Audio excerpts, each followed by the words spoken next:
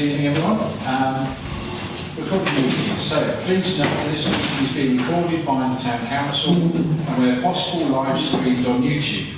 Please note the recording device is sensitive and live stream may be recorded by third parties, so do not say anything you do not want recorded. If necessary, I will direct all recording in the room and the live stream to be stopped, but generally I want to avoid doing that, so we will normally record everything except any item taken in closed session. Members of the public may also make their own recordings, but must follow our rules for doing so, including stopping recording when requested. Whilst we do accept anonymous speaking in the public forum, members of the public who wish to speak but do not want their names published must indicate this before saying what it is. Okay, item 1, apologies for absence. Chair, we have apologies from Councillor Brooks, from Councillor Fernand, from Councillor Mason, from Councillor Page, Councillors David and Councillor Liz Smith. Thank you. Item 2, declarations of interest and requests for dispensation. Chair, I have vested interest in the grant application for Haverhill Council Association. Okay. Otherwise of interest, are you seeking dispensation to stay? Whatever way. It's up to you. I mean, I'll stay if that's how I go. it's okay to see your So vote. can we have? Are you intending wanting to vote on it as well? No. That's just partial. Can I propose it and that we're happy for Bruce to stay? Thank you, Councillor Brown, and secondly, Councillor Stitchkin. Thank you. Okay. Oh yes, can we vote on that then, please? Yes. Thanks very much. Thanks for that. I managed to keep it on. Thanks. Okay, item 3, minutes of the meeting of the Town Council held Monday 30th June 2025. Can I have a proposer for those minutes, please? Thank you, Councillor Hammond, seconded. And Councillor Rory Jones, thank you. And can we vote on that, please?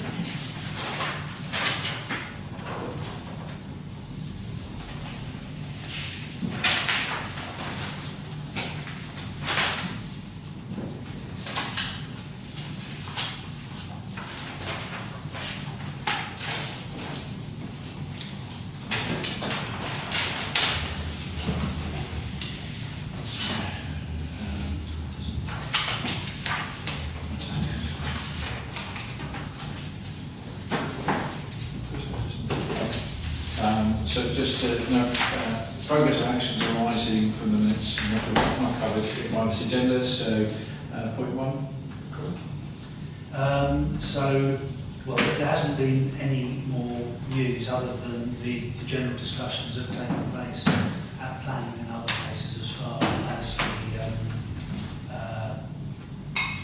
the CPE performance is concerned. So I think they were supposed to be arranging a meeting, but I haven't actually. Have we got a date? No, I was going to bring it up later, but we're doing it now. No, on the 22nd, I got replies from David Taylor, who's the portfolio holder, and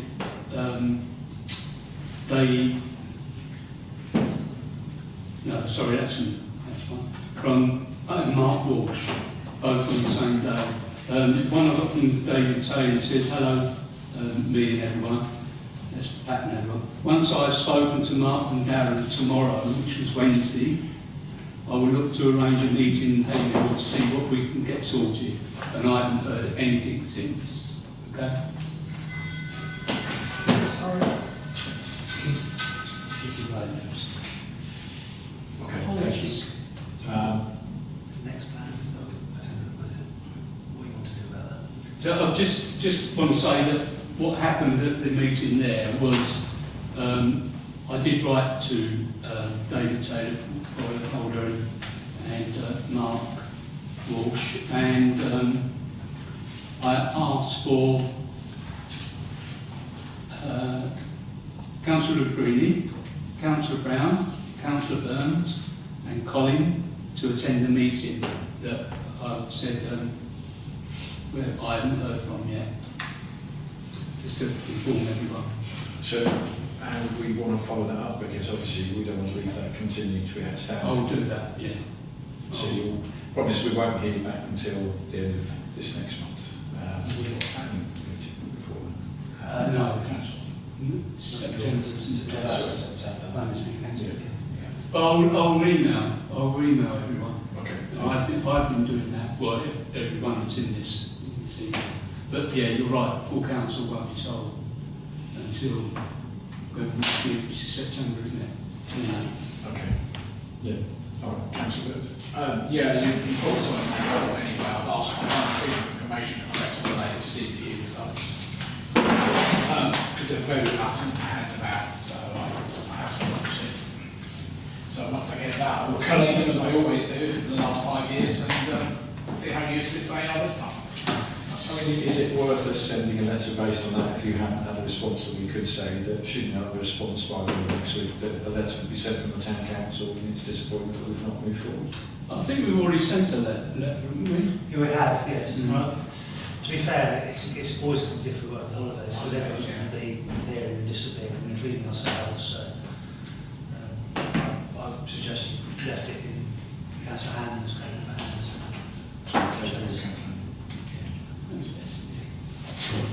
Okay, and Yeah, I can always let all councillors know when we're meeting, you know, exact date we're meeting. I think it would be nice as it's in the Yeah. full council that we can give the up-to-date. I'll do that. Yeah. Has anybody got anything else they want to suggest or say before we move on to the next one? Okay, moving on to toilet facilities. Well, I think there may be, I don't know whether County Councillor Mason has referred to it, there is number 5, so it's in his report, so take that now or take it. Should we take it now? Yeah, please. And if there's anything you've got to add, no, that's fine. Okay, won't take long. No further update. Okay. So we'll obviously, if we can make sure again it's on the agenda that we can follow up. Yeah, it'll stay on vision. Okay, item 5. Or unless any more questions on item 4. Sorry. Okay. Item 5, casual vacancy. A, to note the lawful period for electors to claim a poll to fill the vacant seat is now passed, and the town council is free to fill the vacant seat by co-option. And B, to agree that the vacancy be advertised with a view to co-opt at the September meeting. Okay. Councillor Woodbury. We'll just make sure it's definitely advertised on our town council Facebook page, because I asked for the vacancy to be put out previously and it never happened.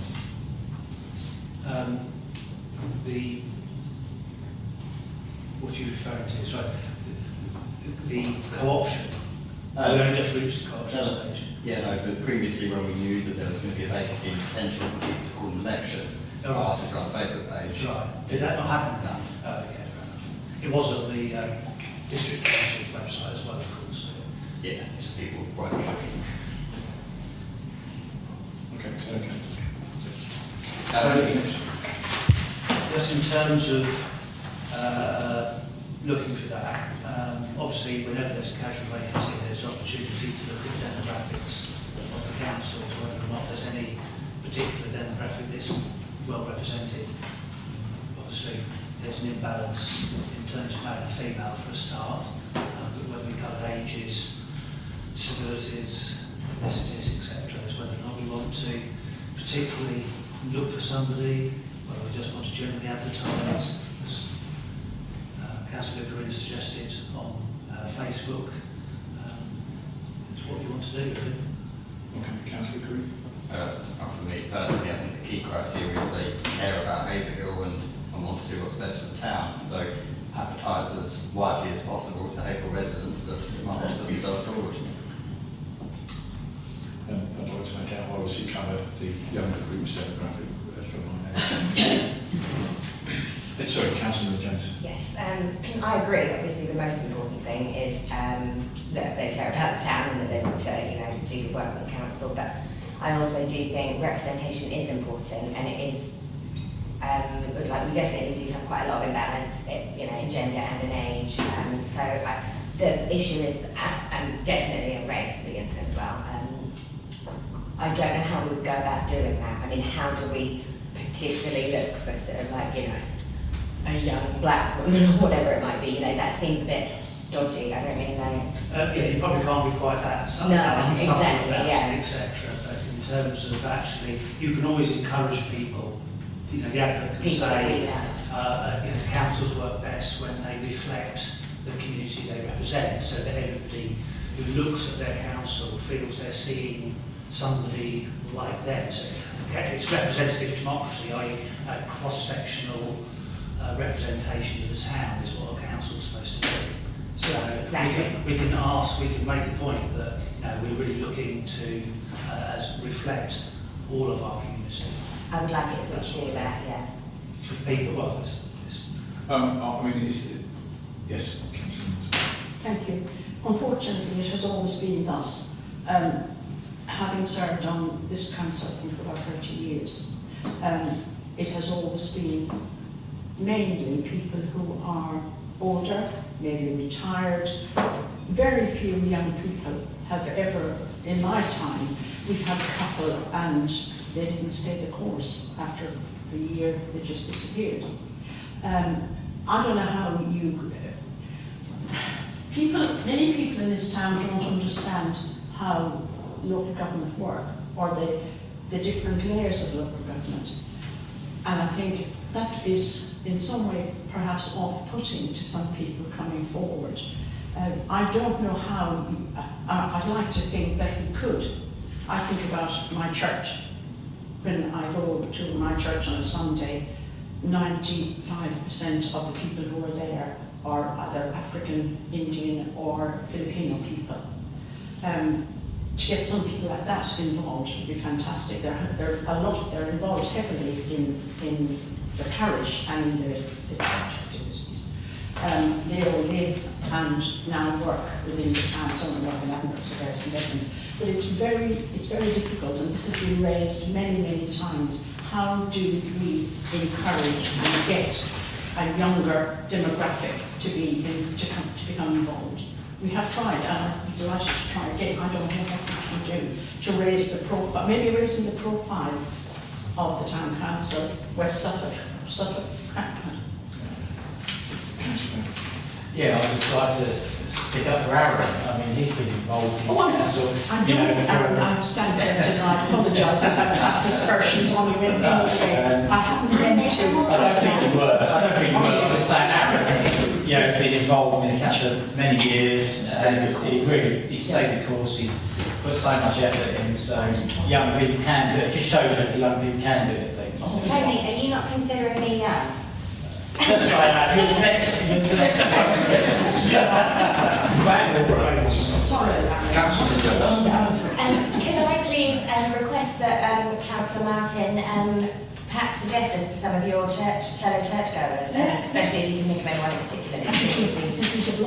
Good, yeah, please encourage them. Could I suggest maybe it should be an item we come back to on a future agenda, that if we consider it important, that we look at ourselves at how, regardless of party, is how we promote that. I mean, it could be the fact that we're looking to go to schools as a town council to try and get that, and we go to churches, we go to wherever to promote what we're doing and encourage that. I mean, that's something, but rather than have a discussion now, maybe we could table it for a discussion at the next or a subsequent meeting. in the meantime, I can prepare the advert. If I send that round to people, yeah, are we happy with that? Yeah. And obviously, any feedback quickly so Colin can then move that forward as quick as we can. But if we're happy, I don't know if we'd have time in the next month. Well, what we're saying is that you want to delay the co-option then, if you want to discuss. No, I don't think in terms of delay. What I'm saying is for me is that we can put on the next agenda that we'll discuss as a town council how we can try to move things forward. Okay. Anything else on that point? Yeah, I was just thinking that, I must admit, as I say, I've been on the council since 98. But we don't publicise ourselves enough as a council, because politicians, they call us, it's got a bad name, hasn't it? And we don't say what we're doing very often, and we do a fantastic amount for this town, absolutely loads. And we don't, as councillors, publicise that. You know, we're not in the echo or anything like that as councillors. We may be individuals as mayors and what have you, but we're not as councillors. We're not there publicising ourselves as councillors. So we need to do something, yes, to try, because we're at fault maybe, you know, for not publicising ourselves. Because we get on well, as council, there's no doubt about that, but we're not publicising that to everyone. I mean, one of the things I did suggest, and probably this is a good point to sort of make it clear, I wanted to do certainly once every 3 or 4 months, just do a town centre walk as mayor. I didn't get to do the first one because it coincided with Armed Forces Day, but I do plan to still do it. And I will agree that with Vicky. And what I would suggest is that I would put that open to anybody that wanted to come along, or when it's in the diary, if people were against that time or the date, please let us know. I'd like to be inclusive as possible, and not to be onerous, just to share what we do, talk to people to go along, so let people know we're going at the Arts Centre as well. One of the things I plan to do, which I'll discuss later, is to talk about the charities that I support, get them to come along too. But maybe that's something where we can start, because I already planned to do that anyway. So if people did want to get involved that way, then we could, and then we'll discuss it at the next meeting. Okay, thank you. Right, so moving on to point 6. So first, the police report. Again, thank you to Councillor Burns for his efforts to get things out to us. Any points to raise there? I have a concern that we have another outbreak of burning bins and fences. One of the bins was 2 metres, 3 metres from our fence. So I have a personal fear that the fire is advanced. And these were all within a very tiny area. From one end to the other was, I think I measured it as 25 metres. So it's like someone's going outside their back gate and setting fire to stuff of an evening. And did you report that? Did you report that? No, it has been in the Suffolk News, but there have been 4, and then on Saturday evening there was a 5th. The police are looking at it as well. They've asked us to see whether there's anything we can do to clear some of the kind of overgrowth that's there. And I know the fire service has visited properties. That's music to my ear, because I always want them to remove overgrowth, just so I can cycle without being hit over the head, for example. So if we have a further crime prevention need for that. What I would say is on that point, I mean, we should probably all be looking at if there's things that need to be cut back, we're reporting in so we can deal with it, rather than get to the point where there are situations. It's not pointing things anyway, it's more something we could all be more vigilant of, and making sure we're trying to be proactive. Yeah. Councillor Burns. Well, on the latter point, we all report these, but the people who actually own them always dispute that they own the land. This particular thing is housing association mostly, who they tend not to do things. But I will just add to the reports. The police actually called me today to talk about various things. And one of those was that particular thing. There have been 5 incidents. They have got CCTV, which their technical people are working through. They've got no culprits yet. They've asked for county council to turn on the lights, and they haven't responded yet.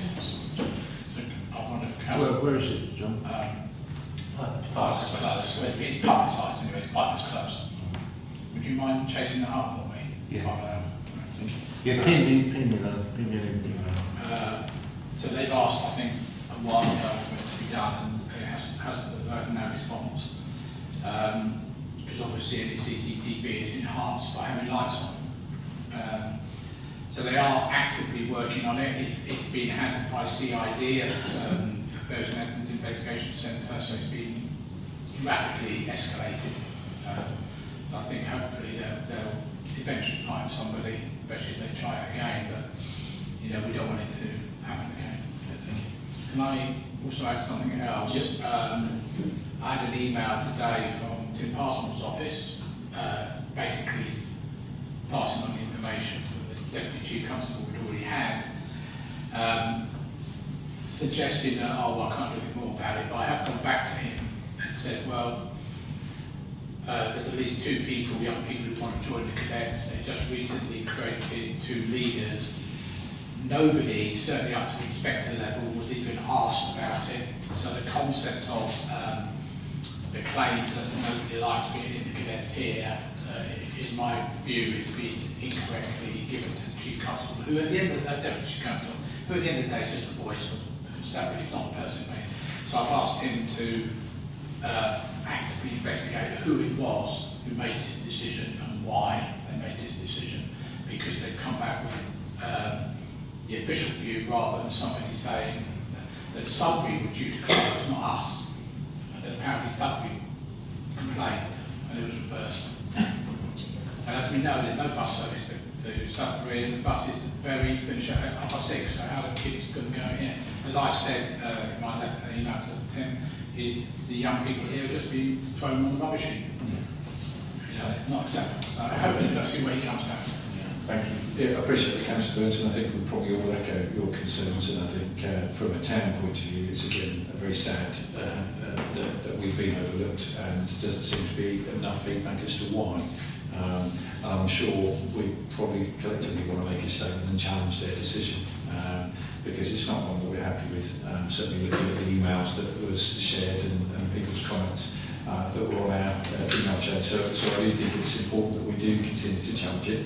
It was someone I was going to bring up in the Town's Council matters to report anyway, but Councillor Brown. No, I will say on the same matter, of course, under scrutiny, they're going to now represent it to the PCC. So bring up as well, but it's just come from angles, and we as a town council have offered to help, haven't we? So it just can't, it just seems very badly thought out decision. So it's something I would suggest that we have potentially on our next town council just for updates. Maybe we can put it in the town council matters that we discuss this and see if there's any more feedback and if there's anything else we need to do from a unified response. But Councillor Burns, I'm sure will let us know of any response he gets. One quick one. Have we got a date when it's supposed to be finishing? I think it's already that's happened. They haven't actually, no, it hasn't happened yet. The families know about this. The families know about it only because it was advertised and it was announced in the press. The actual police themselves were not told anything by the constabulary. So again, I think we could probably, thirdly, we can say how disappointed we are in how it's been handled, lack of discussion with anybody who's involved. So, but I think Councillor Burns should probably already put that across for us anyway. Yeah, I'm quite possibly know what I'm like. Councillor Brown? That's it. That's it. Okay, anything on the police report? No, okay. So on to B, ambulance report. Councillor Stilton looking at it.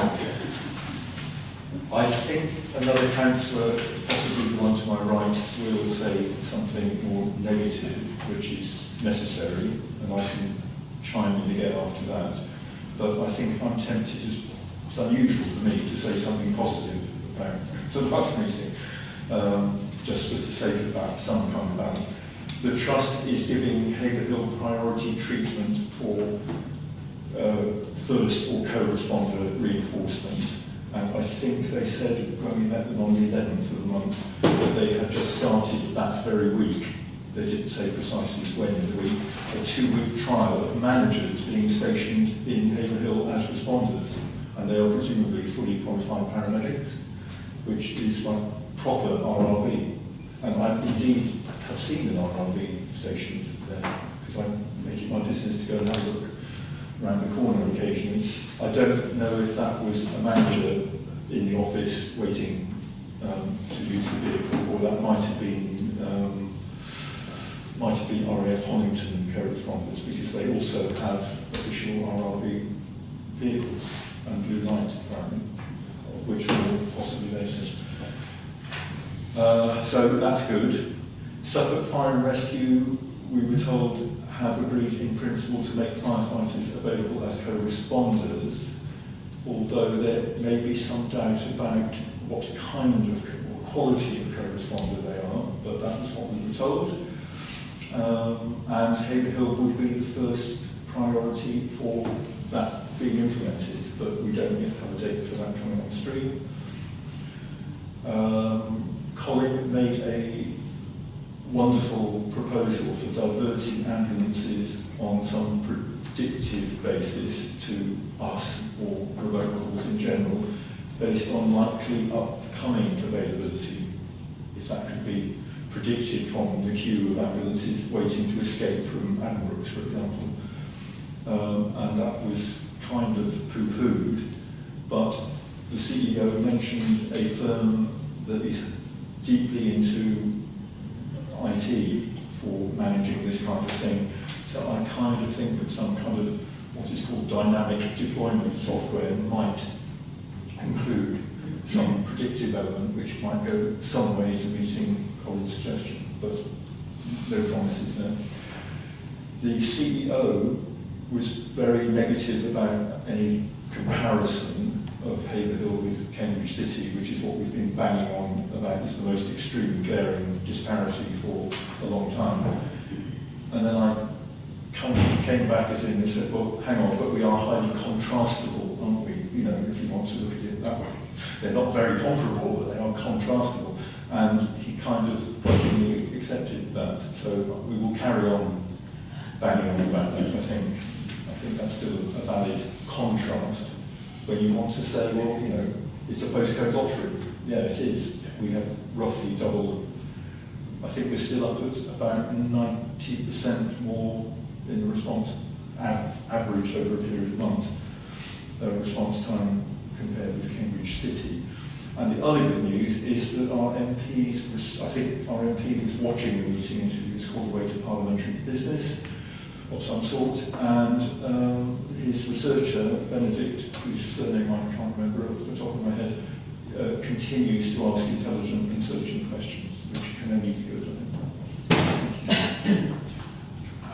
Yes, Councillor James. Can I just ask that before our next meeting, we remind them, we ask them if they please, when they're providing their data, provide the data for Cambridge City, because their data was missing. They were showing us lots of data about here's the data for Haverhill, and then here's the data for the whole county for South Cambridge or whatever, but there was nothing on Cambridge City, so that had to be found and put into the chat, and it wasn't the same because it wasn't on the graph. And I did say to them in the meeting, please can you give us Cambridge City information next time? And he did say, yes, but they're not comparable, blah, blah, blah. I just wondered if we possibly remind them when we're arranging the meeting. Is that all right? Yeah. Councillor Martin. Thank you. Yeah, the figures are not comparable really, because ambulances are stationed in Cambridge, so that the time really skewed completely. But talking about times and response time for Category 1 and Category 2 calls, they're again deteriorating. July, 7 minutes is the time allocated for cardiac arrest, respiratory conditions, anaphylactic shock, 7 minutes. July, 12 for Haverhill, 12.9, June 12.9, May 11.11, April 11.5, March 14.07. those are the times. Now, anybody who knows what a cardiac arrest is, not a heart attack, there's a huge difference between a cardiac arrest and a heart attack. A cardiac arrest is where the heart stops completely, and a heart attack is where part of the heart has a lack of blood supply, either by a build-up of cholesterol or a thrombosis of some sort. With the cardiac arrest, your heart is stopped. 7 minutes, even that's pushing it, because anything outside that, you can be absolutely almost guaranteed that that person will not survive. If that time is 12 minutes. And this has gone on time and time again. This is category 1. Those are the times for category 1 for May, June, March, April, May, June and July. Category 2, the time is supposedly 18 minutes for category 2. That is stroke, various other conditions. July 32.27, June 32.02, May 31.35, and April 37.19. I mean, to me, that is just an absolute disgrace. And this has gone on for, I have no, the times that I've sat here in meetings like this, and we've had the same discussion over and over and over again, and we've made changes. Now, I believe that we were told by the Trust that Haverhill would be placed at number 1 on the status system. Colin, can you verify that? Yes, that is correct, but that, of course, We're now that is if an ambulance we're now is actually released. Yeah, we're now number 8 on the system. Yeah, yeah. Sorry, can we just, as of when we do we plan This is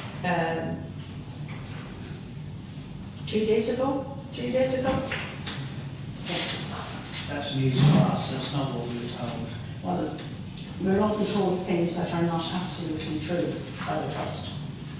So can, I think that's quite a big concern. It's a huge concern. In terms of that information, obviously it's how we sort of challenge that, because obviously when we're having meetings, if we're not being given the right information, then that is a huge concern.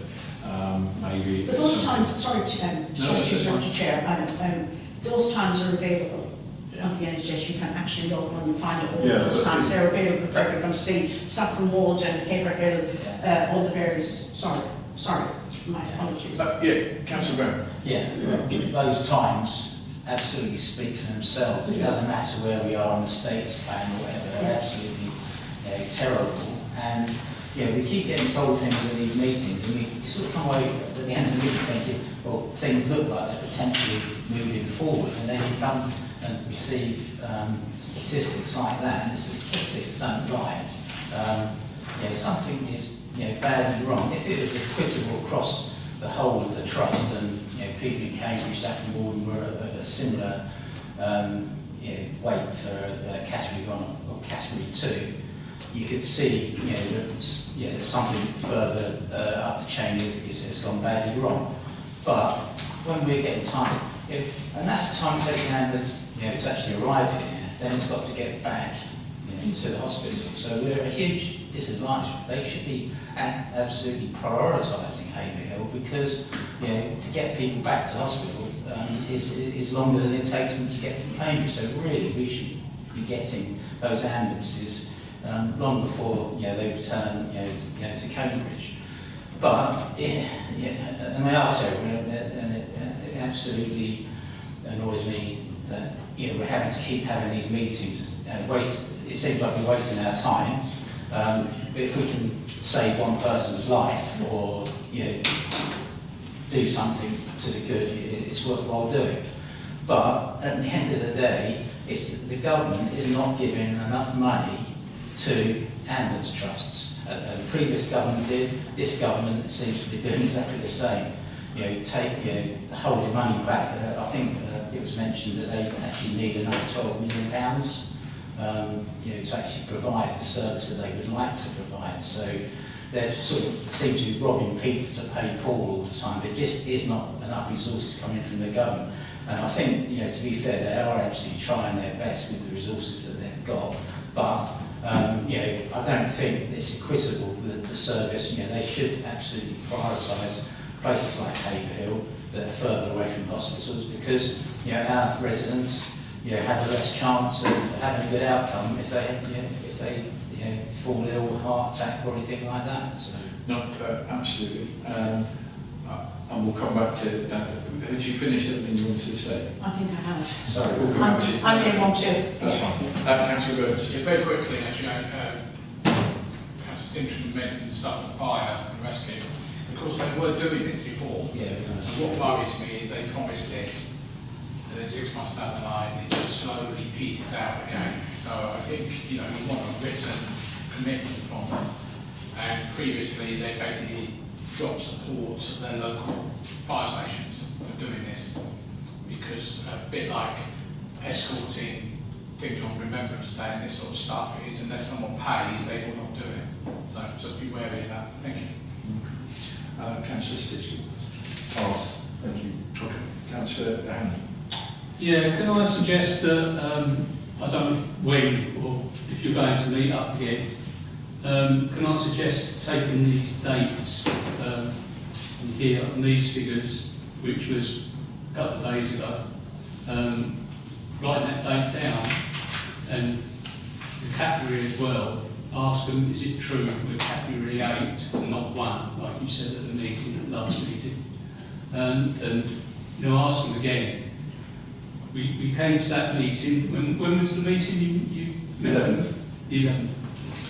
And on this such and such a day, this wasn't true, what you said. Now, can you tell us the truth of, because we know the times, because we've got them off their internet, but we've been told that it's so wrong, that we've been told it was category 8. Is that true? And we've got to be a bit firmer, haven't we, really? I think obviously I'm not there, and it's easy for me to say. I do wonder whether, because Colin has been organising... Sorry, Sir, just finish off with that. We need Nick Timothy attending again to hear what you're going to say. So, we need someone with authority to say something to the government as well, that they need more money, as Councillor Brown said. And Haverhill is suffering tremendously. To be honest, I'd like to know the death figures in Haverhill over these last few months as well. And the reason why as well. They must have that sort of figure. I think you're right. I do wonder whether, as part of, because Colin does speak to them to arrange our meeting times, whether in part of that you could ask them to clarify. Well, I can do that anyway. Yeah. But obviously, they have told us that Haverhill is the #1 priority, so that if an ambulance is released, the first ambulance released goes to Haverhill. If it makes it the whole way, of course, because it could get turned around. But if Councillor Martin is saying that she's got information that it's 8th on the list, that's a remarkable difference. Yeah, it is. I also do wonder, in terms of us trying to escalate this, and do we need to just continue to fight this on our own, and whether we find other areas. I think it was EU that perhaps was struggling at it too, but it's starting to look at other areas that may be found with the same problem, and we start trying to get them to come on board, because doing it on our own, potentially, it needs to highlight that it's not just us, it's this area, this area, this area, this area, and we need to sort of maybe work with them. But something maybe for that group to maybe meet and discuss to see if there's another way, because if we're bashing our heads against a brick wall, and we're not, Councillor Martin's already just said, this is an ongoing issue, and one that's not changed. Well, we need to try a different tact. We need to find a different way of approaching this. And it's great that Nick Timothy is joining the meetings, but will he have the weight to change it as well? So it's not maybe something to agree now, but maybe we could spend some more time discussing what else we could do at next meeting in terms of ways forward, and who else we can contact and get involved. Because I know it would be interesting to see whether Hampstead has the same problems, and I'm pretty sure they've got to. My experience of my mum's care there was pretty appalling, but it wasn't category 1 or 2. So it would be interesting to see if their counsellors there have that problem, but just get more people involved, just have a bigger voice maybe, but something maybe if people are happy to discuss that more next meeting to develop an approach. Councillor Jones? Yeah, I hear what you're saying, and my concern would be that if they put us at category 1, if we start bringing in other towns, is that going to then... No, I'm not. It's not bad. I think it's the whole problem. I'm not talking about the It's more a case of the fact that where we're not getting response times, there's going to be other areas that are also not getting response times. No, I understand what you're saying. My concern is just whether we want to have a situation where then they end up feeling that they have to actually take away from the priority 1 for us because another area might. Do you know what I mean? That would be my concern. I just wanted to say, I just wanted to assure you, Pat, that actually everyone in the group is very good at being very fair with them. So, we absolutely won't just ignore this. And you know, I think everyone is very good at sort of pushing them on the stuff they say. So, and then I also just on the fire thing that John mentioned, I've spoken before about the reasons that the fire service stopped doing it last time, so I won't go into all that again. But I did actually speak to a firefighter recently about this, a Haverhill firefighter, and he said, because I said, I heard that you know, you guys are hopefully going to be doing the thing again, and he said it's still stuck because of money, because they won't pay us enough for ambulance service. I said that I had heard that I thought the ambulance service had said that they were going to pay, because he said they always refuse to pay, they always want Suffolk Fire and Rescue to pay the extra. And he said that it's that the ambulance service still don't want to pay enough. So I don't know how true that is, because he may not have the most up-to-date information, but he said that he had very recently been told that the negotiations were grinding to a halt because of the amount that the ambulance service were willing to pay. So just that's something we need to raise with them and just double check that, because they said to us in the meeting, we're perfectly happy to pay as much as they need. It's all, you know, it's fine, we've got money for it. But so we'll see if that's the case. Thank you. Councillor Stitchcombe? I think Pat's right that it's very urgent that we sort this out. Because I think our next meeting is it's October, isn't it? I think it's too far away to leave it until then to ask them. So either probably is to liaise with suitable people, or I need to put in the freedom of information request as a private citizen. So can I liaise with you, Colin, and we'll work out what the best strategy is. I don't want to overload you with negotiations. Thank you. Yeah. Sorry. Yeah, so what about? Sorry, can I just? Can we come to Councillor Burns? That you did have a point there, just going. No, I've done it. Okay, I'm speaking there. So Councillor Burns. Brown. So perhaps it's not over here. Yeah, a couple of quick comeback points is, those figures that Mary provided, to be fair, summer months are generally the better months. A lot of people are away on holiday, a lot of people have helped in not going down the respiratory illness route. So those figures generally at their best at this time of year. For them to be as bad as that is telling a story. So yeah, we really do need to somehow get on top of that and make sure figures are okay. But another suggested action is I did write to the chair of Suffolk County Council Health Scrutiny Committee last year. I never got a reply.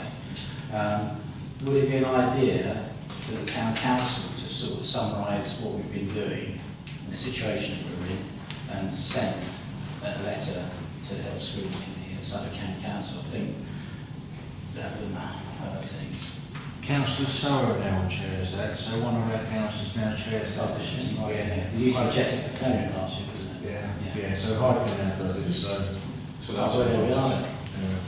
So we could ask her to maybe suggest something. But yeah, that's a very good point. Shall I propose that, or is that? If you want to do that, we can. Well, yeah, let's have it as an official. Everything you have, Yeah. Yeah, propose a second and a vote on that, please. Who would the proposal say? Councillor Brown and then second by Councillor Sutton. And Councillor Martin. Thank you. I mean, this problem with the ambulance service has been kicking around for a long, long time. And what I don't want is in 25 years' time, some other councillors, can be you and a few others, will be sitting here and the same thing will be happening again. 25 years ago, this is in the Echo. I think I read this before. It was Friday the 8th of November, 25 years ago. This was a question asked by Councillor Jones and about the East Anglians Ambulance Trust. They will be asked to explain why they have broken their promises to the people of this area and why they have ignored one of the largest petitions ever made in the town, he said, referring to 5,500 signature petitions handed in on the floor of the House of Commons by Mr. Richard Spring. They are a public body and they have ignored the concerns of a significant number of people. This is inexcusable. He said, Haverhill people want to know where extra hours promised have gone, blah, blah, blah, the same sort of comment. This is 25 years ago, and here we are today, having exactly the same conversation. I would say this is where we need a bigger discussion and maybe come up with, and I'm not saying what I said earlier, Councillor Jones was the right one, but I think we need to come up with a bigger discussion, some points that we can actually move it forward. Because what we're doing at the moment, yes, we are challenging, but we're not getting answers and moving forward strong enough, maybe. So I think we do need to come back to that. Any other points on that? Okay. I have a suggestion that we take the grant forward. So yeah, you can do. Obviously, this has gone on for a bit longer than perhaps expected, but yes, you can. Just the suggestion is that we come to, because we've got some guests here, that we move on to the grants application and we come back to the agenda. Are we all happy with that? Yeah.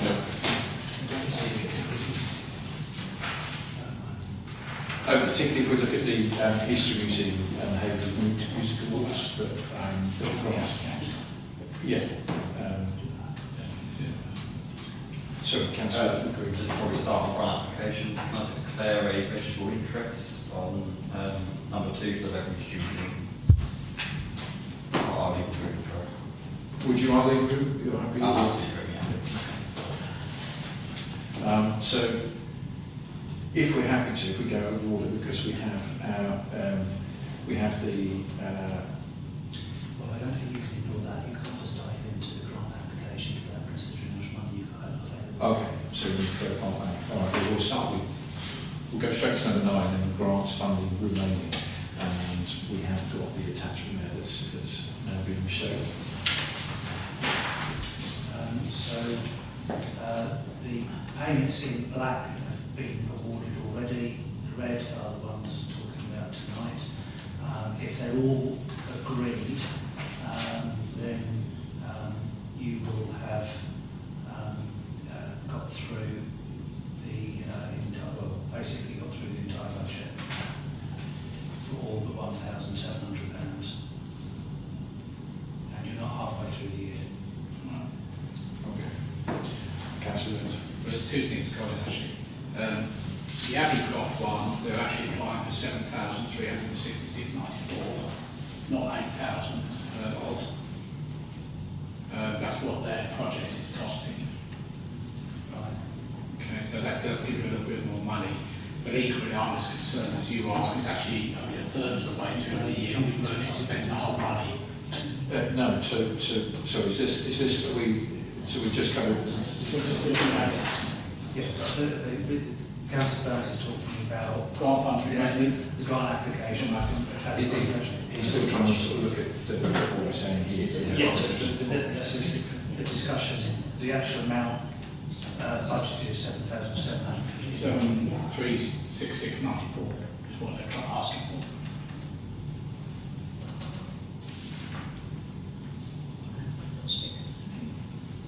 I hope I haven't misread it, but that's what I did see.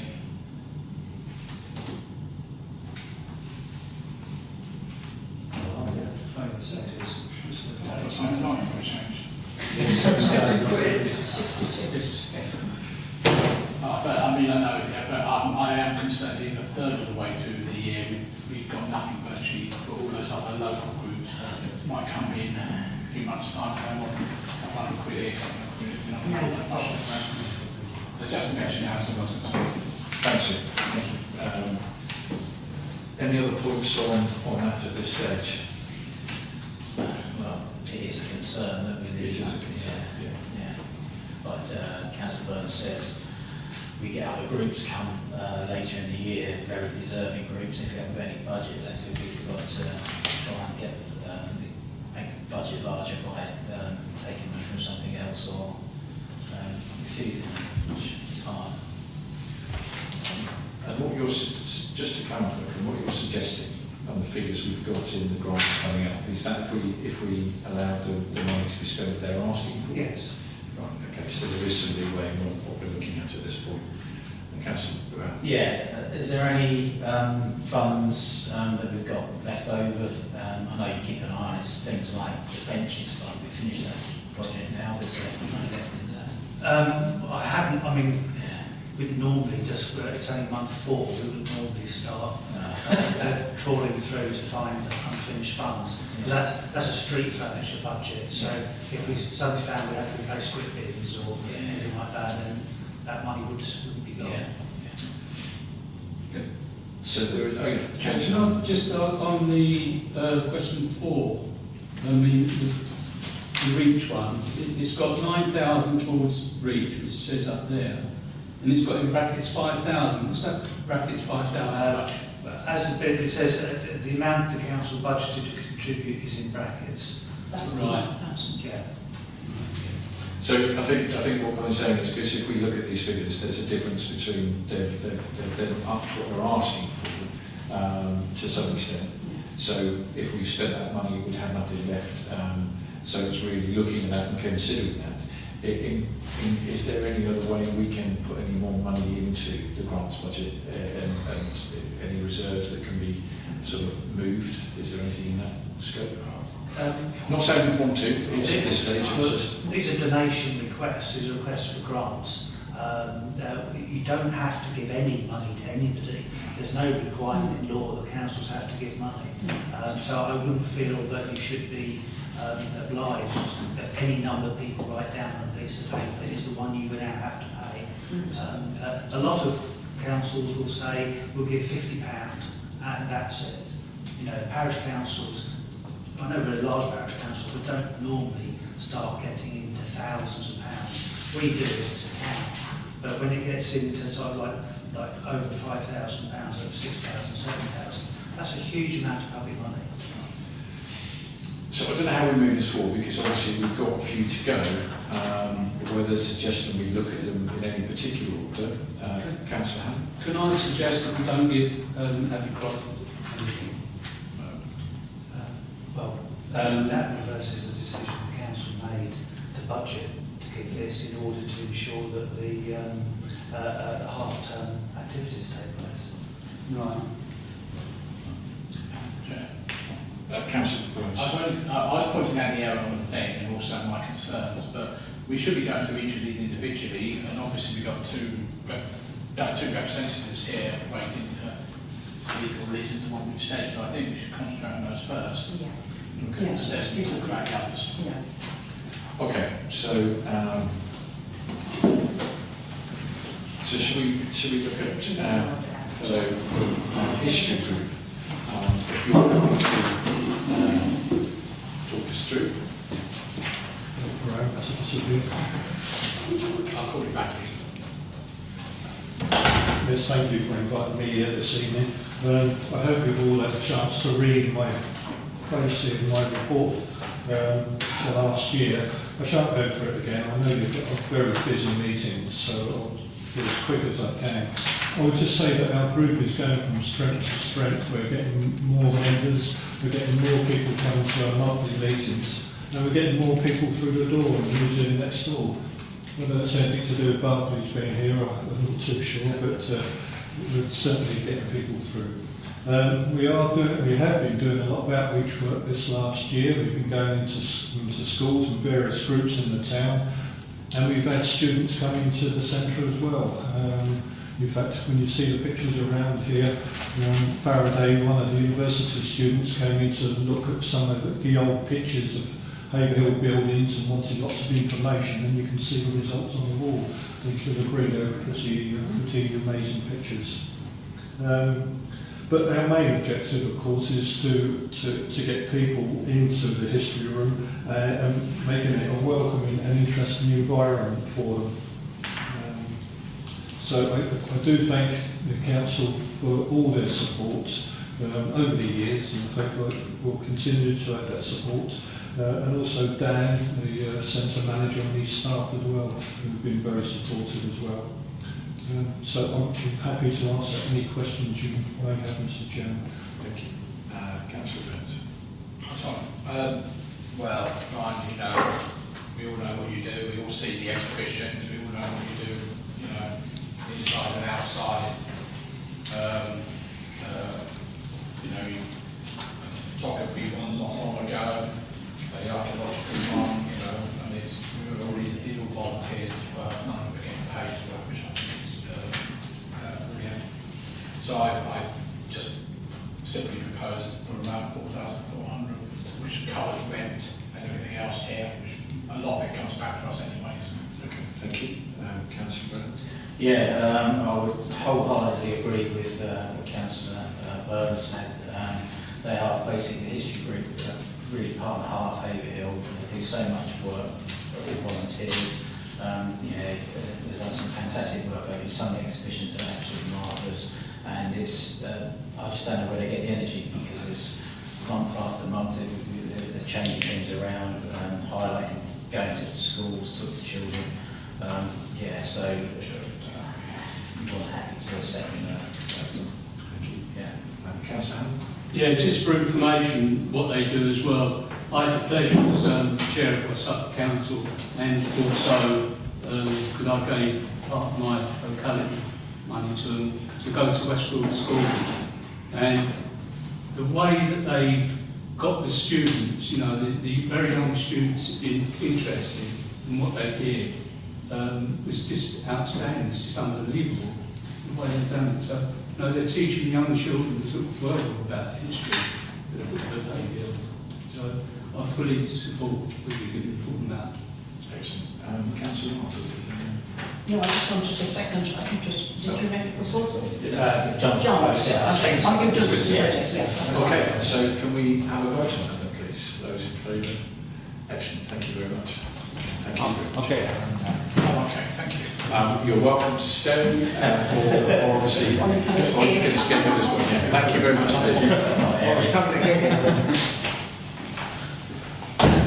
Okay, my suggestion is, if we're happy to take things down to water.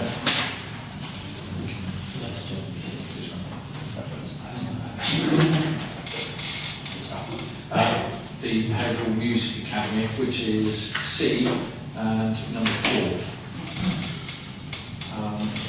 Mr. You're happy to present?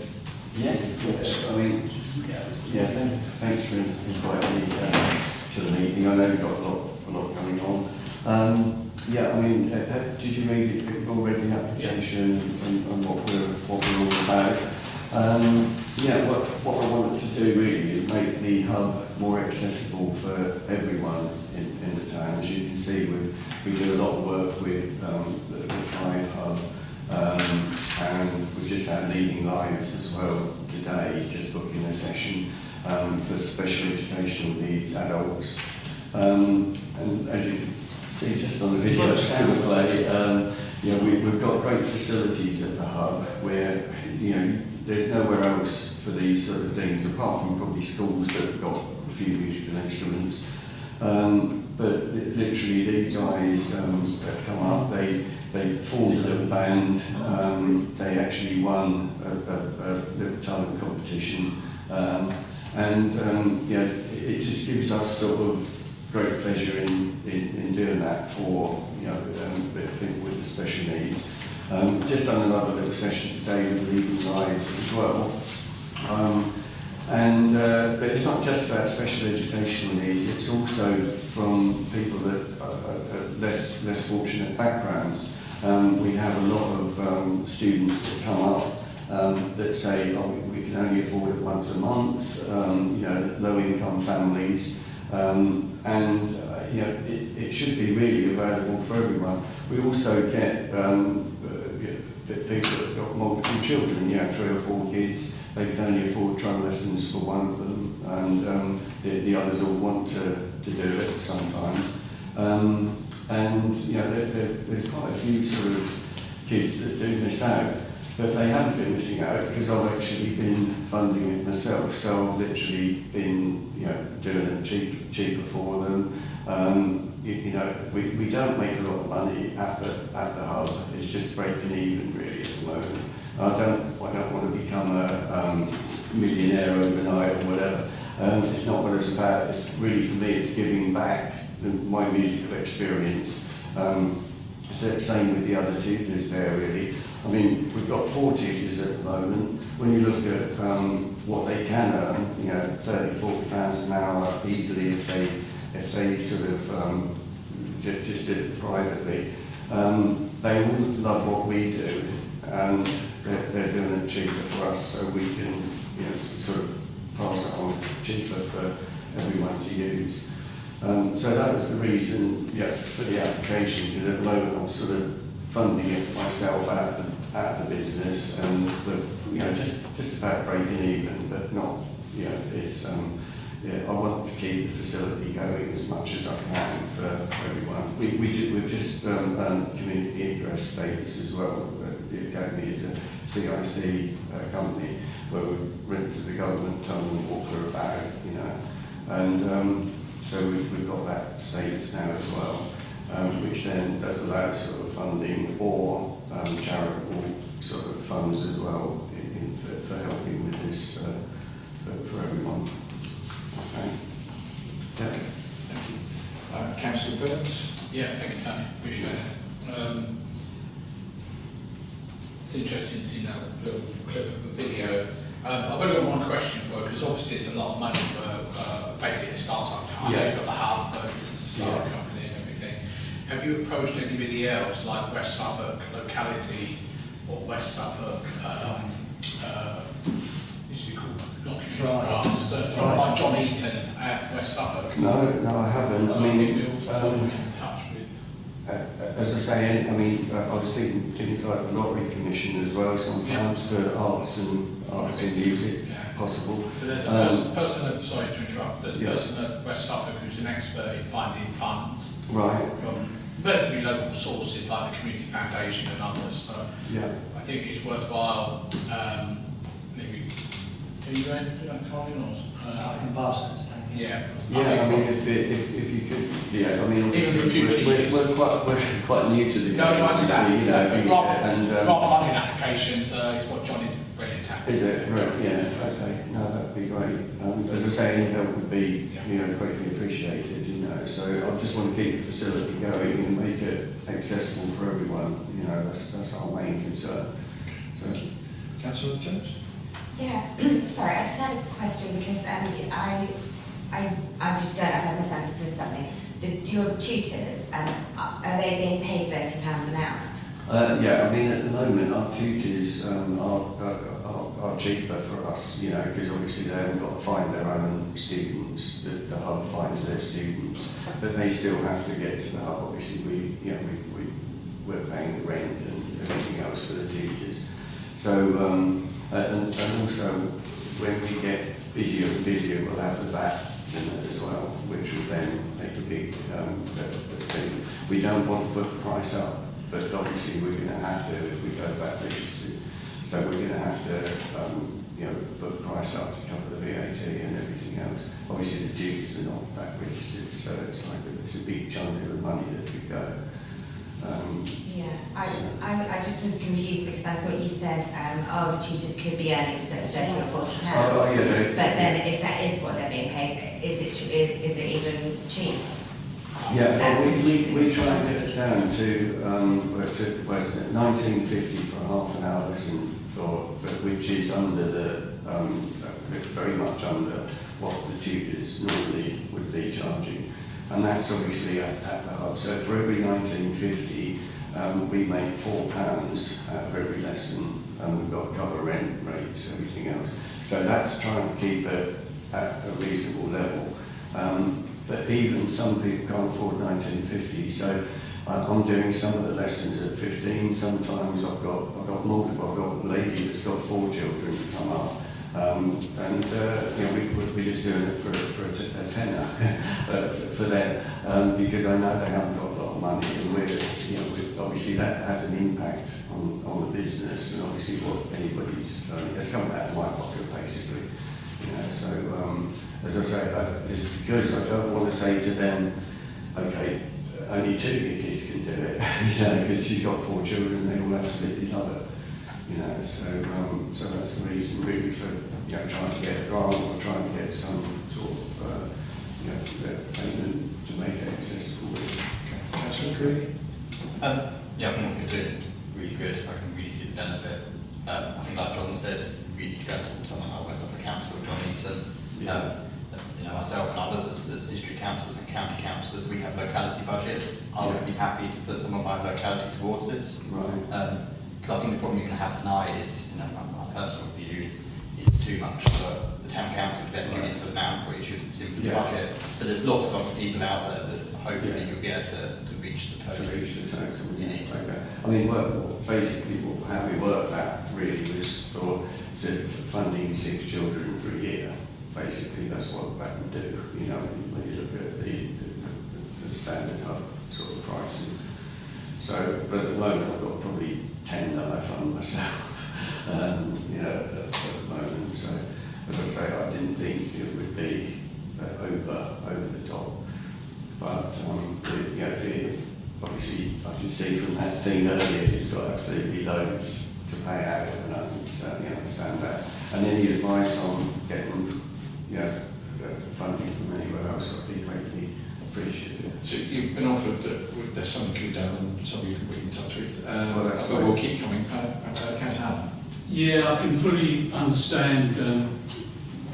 You know, it's terrible trying to start this sort of thing up, and I really much appreciate what you're doing, because it's all about isolation. Because these special needs are isolated, and it's the same with parents that haven't got much money and got a lot of children.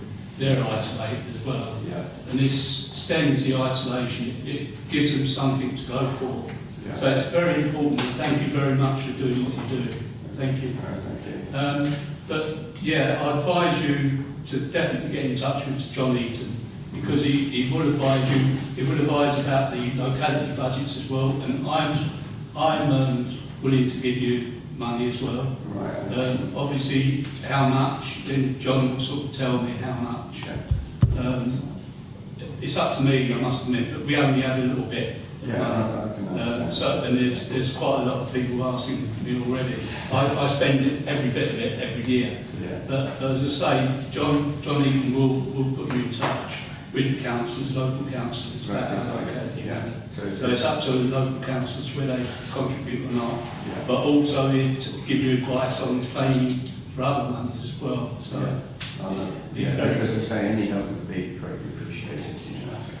Councillor I just wanted to suggest that perhaps we could sort of defer this and give the applicant a chance to, you know, try and find funding elsewhere, because it would be very difficult, I think, tonight to put a number on how much the town can actually give without knowing how much you could get from other sources. So I wonder if that would be possible. I'd like to propose perhaps that we ask the applicant to go look for some other sources and then come back. And I think I didn't say the first time I spoke, I hadn't actually finished, that I also think what you're doing is brilliant. I think I was very kind of grilling you on the numbers, and I think I forgot to say that I also think you're doing a great job. I apologise, didn't let you finish. That's fine.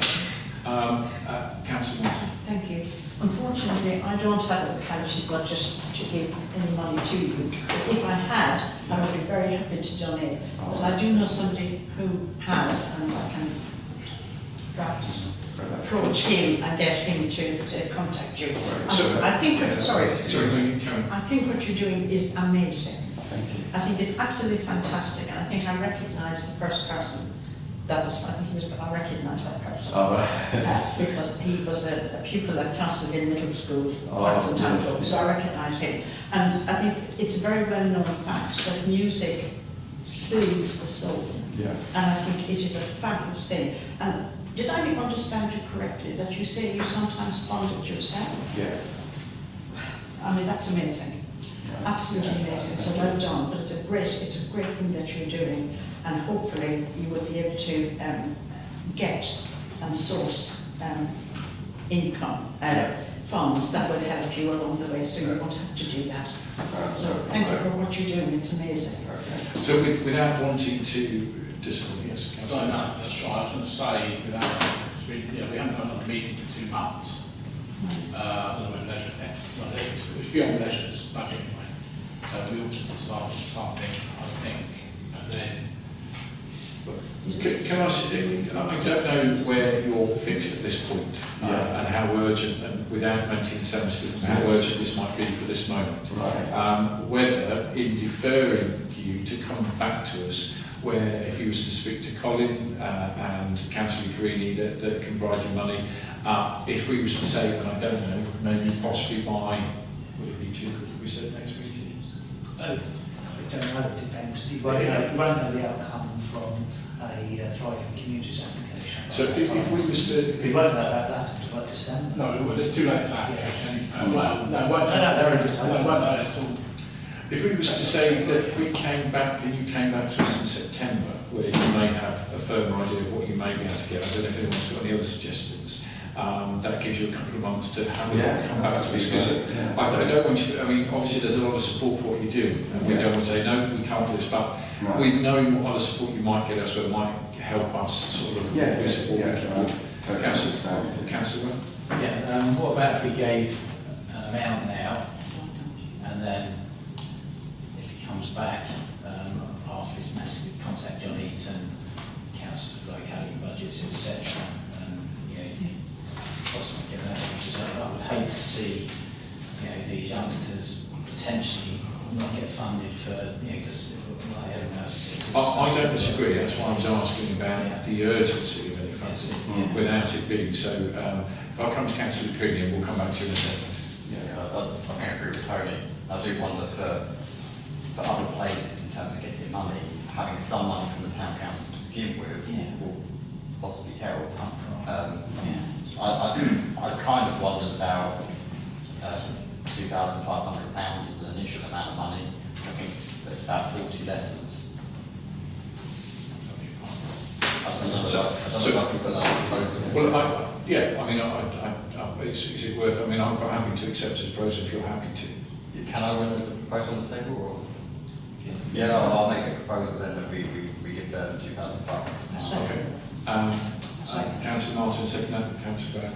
I was just saying, So we've got a proposal on the table for at this stage 2,500, giving them a chance to throw money, with the possibility, perhaps, if I add to that, you could come back perhaps in September if there is anything further you want to explore with us. Would that be acceptable?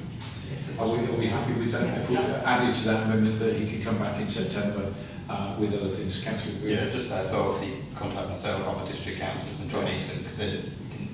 That'd be great. I mean, can I keep, I think you've got my email address. Oh yeah. Would you be able to email everybody's? Yeah, I'd better bring the details across. Oh, that'd be great. That's lovely. So we've got a proposal of 2,500, we've got a seconder. Can we have a vote on that then, please? That's carried. So at this stage, that's what's coming in, and obviously we'll come back to you in September if you're happy to come back and that's need be. Fantastic. Yeah, okay, that's lovely. Thank you all. Lovely. Thank you. And thanks for coming on. Really appreciate it. Okay. That's okay. Shit, Oscar, you've got a lot to do. Thanks very much. Now, do we want to finish off the grants as we are here? Okay. David, were you here for a grant as well? No. That's the first time I've been I don't think that's allowed in the rules. Yeah, I didn't quite be a new person. If you want to finish the glass and come back to me then for my bit, or I can do my bit quickly and then Yeah, that's what are we happy to do that? Yeah, you're really happy. unusual punishment. Let's keep it here for longer because we're happy to be cruel and then try. So, yeah, do you want to talk us through? I haven't got a great deal to add really. Council Mason's reports covered most of it. You, Mr Mayor, would have been listening to me.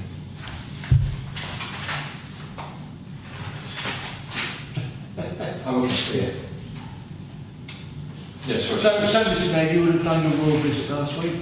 Yes. I hope you enjoyed it. It's a rare privilege to have a royal visit during the year as mayor, so I had it in mind and you've had it in yours, so well done. Whilst you were doing that, I was wearing my vice chair hat of the county, and I went to RF Milton for their change of command ceremony.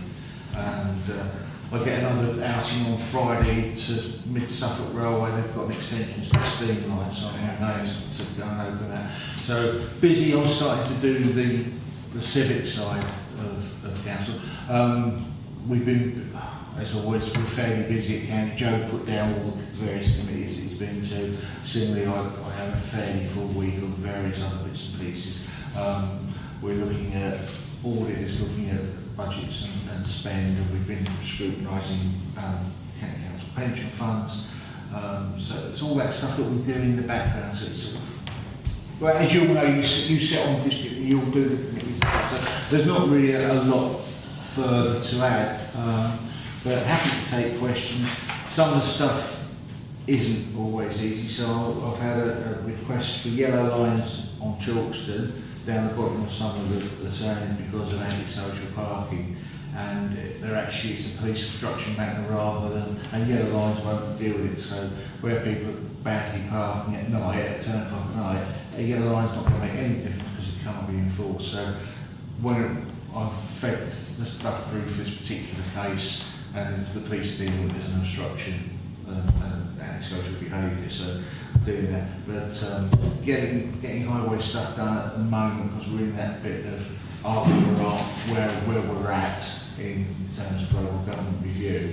There's not really a huge commitment to want to do a lot of work, but we keep pushing and prodding. Next couple of weeks I've got a ride around with Highways Engineer again, so I'll be having a tour around the town. I will get him to look at those yellow lines, Tony, on Stirling Road. I don't hold out, if I'm honest, a huge amount of hope for it, but I'll push. I'm also pushing again for them to do all the white lining, because they're terrible. It was back in February when it was raised, and I've been told it's on the list, we're getting around to it, but I think everybody knows if you go around the town, a lot of the white lining on the mini roundabouts and giveaways, they just all need doing. So I've raised it as a matter of safety, so that needs doing. That's really about it. The only other thing tomorrow is, you're probably all aware of St Mary's Church tomorrow. There's a meeting on, I see it's on the agenda anyway, for local government reform. So I don't know how many tickets they've sold, but they have sold tickets. Well, they're free tickets, but you've got to register for it. They have. So yes, so the numbers are building nicely, but it's also, I think that it has been promoted that if people wanted to walk up, they could do, which isn't quite the idea, but actually there will be space anyway. Yeah, so that'll be interesting. So I'll probably see some of you tomorrow night. That's it. Any questions? Apart from Tony. Yeah. No, I did bring it up at the planning meeting last week around Willington, complaints from businesses 2 weeks ago. A lot of vehicles are coming in, fine grit that's blowing over from there. They're supposed to have the remedial measures in place already, just sorted out a few months ago. Obviously, they either wasn't on or weren't working properly. So, if you could feed that in, please. I think that they're going to contact the Environment Agency who are licensed providers, but if you could. This is another one of those actions where they get an Environment Agency licence without having planning permission, and it's one of the things that I've talked to our MP about, that one of the problems with planning is that you shouldn't be able to get an EA licence if you haven't got planning and vice versa. So the planning codes just don't marry up. but I believe that it's due to come to county planning in October. That's good. So, But so if you could just feed that in to say that there still is complaints from... I'll pass it to enforcement and ask them to go and have another look. Yeah. Councillor Birch. Yeah, thanks, David. It's interesting that the highways meeting out last week, lining it, crossings and everything, the quality of the paperwork is, even the engineers are leaving a lot to be desired. But one thing I was related to County Council, which they mentioned, I don't know the details yet, is that County Council has now been given authority for their CPE contracts, which they apparently are revising, and I don't know what the revisions are, that they're going to be able to do moving traffic offences. So anybody driving on the high street, for example, in theory should be given an FPN by an officer. And I'd be interested to see whether those officers are happy to do that, because we all know what happened when we used to have the PCSO here, where they were threatened and hit and everything else, and she was police staff. So just to mention that. That was different to my understanding. My understanding was they were looking at powers to do enforcement via cameras.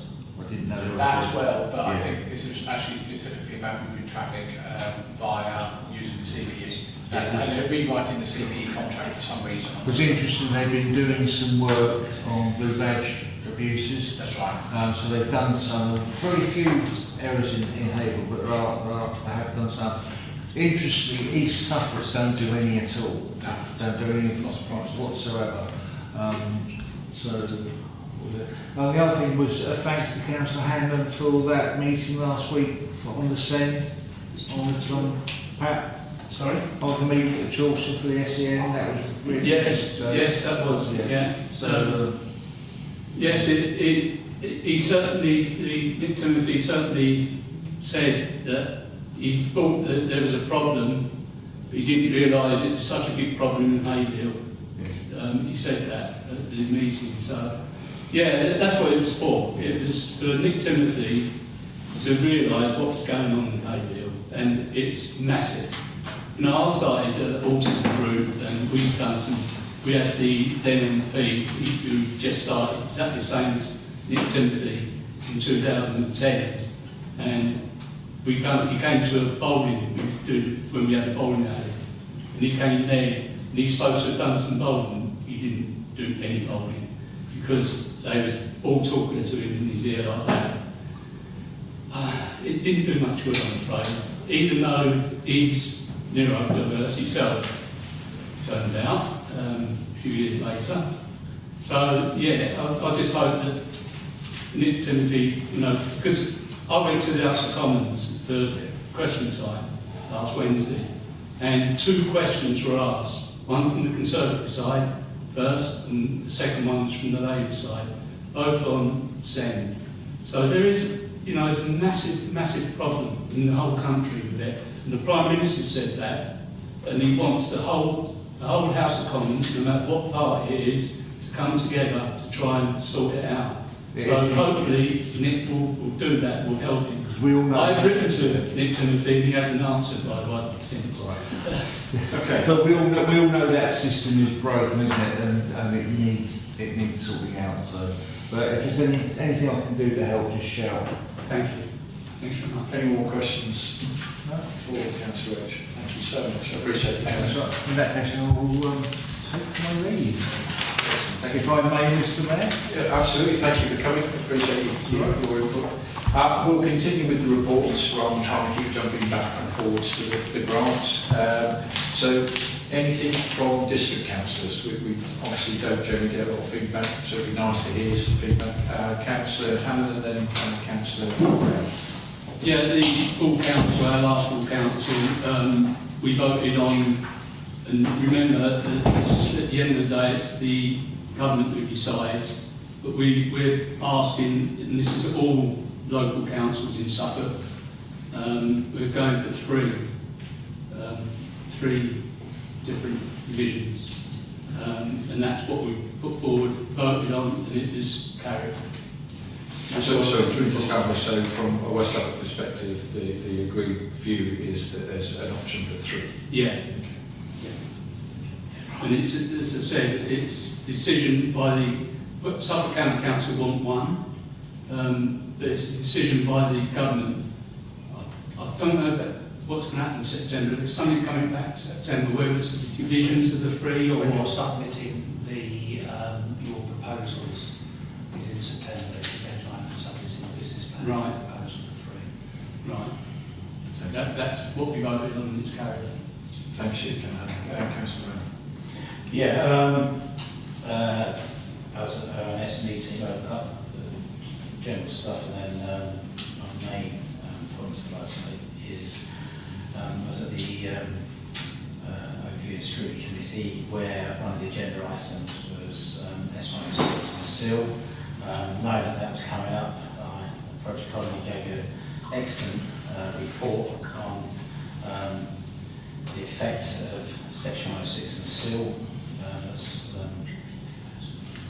affected us in Haverhill basically, and one of the points we made was that if Haverhill, this is quoting what Colin report was, I gave through the amendment beforehand, if Haverhill had been in favour, the 4,000 houses being built would have contributed 18 million in SIL money, of which Haverhill Community would have had approximately 2.7 million to spend on infrastructure. So we dipped out with that, and I made that point again at the meeting. So it was a good debate, and a lot of the council on there thanks Colin for that background. I think a lot of them was quite gobsmacked what they had missed out on as well. So it's really useful. Really appreciate that, Colin.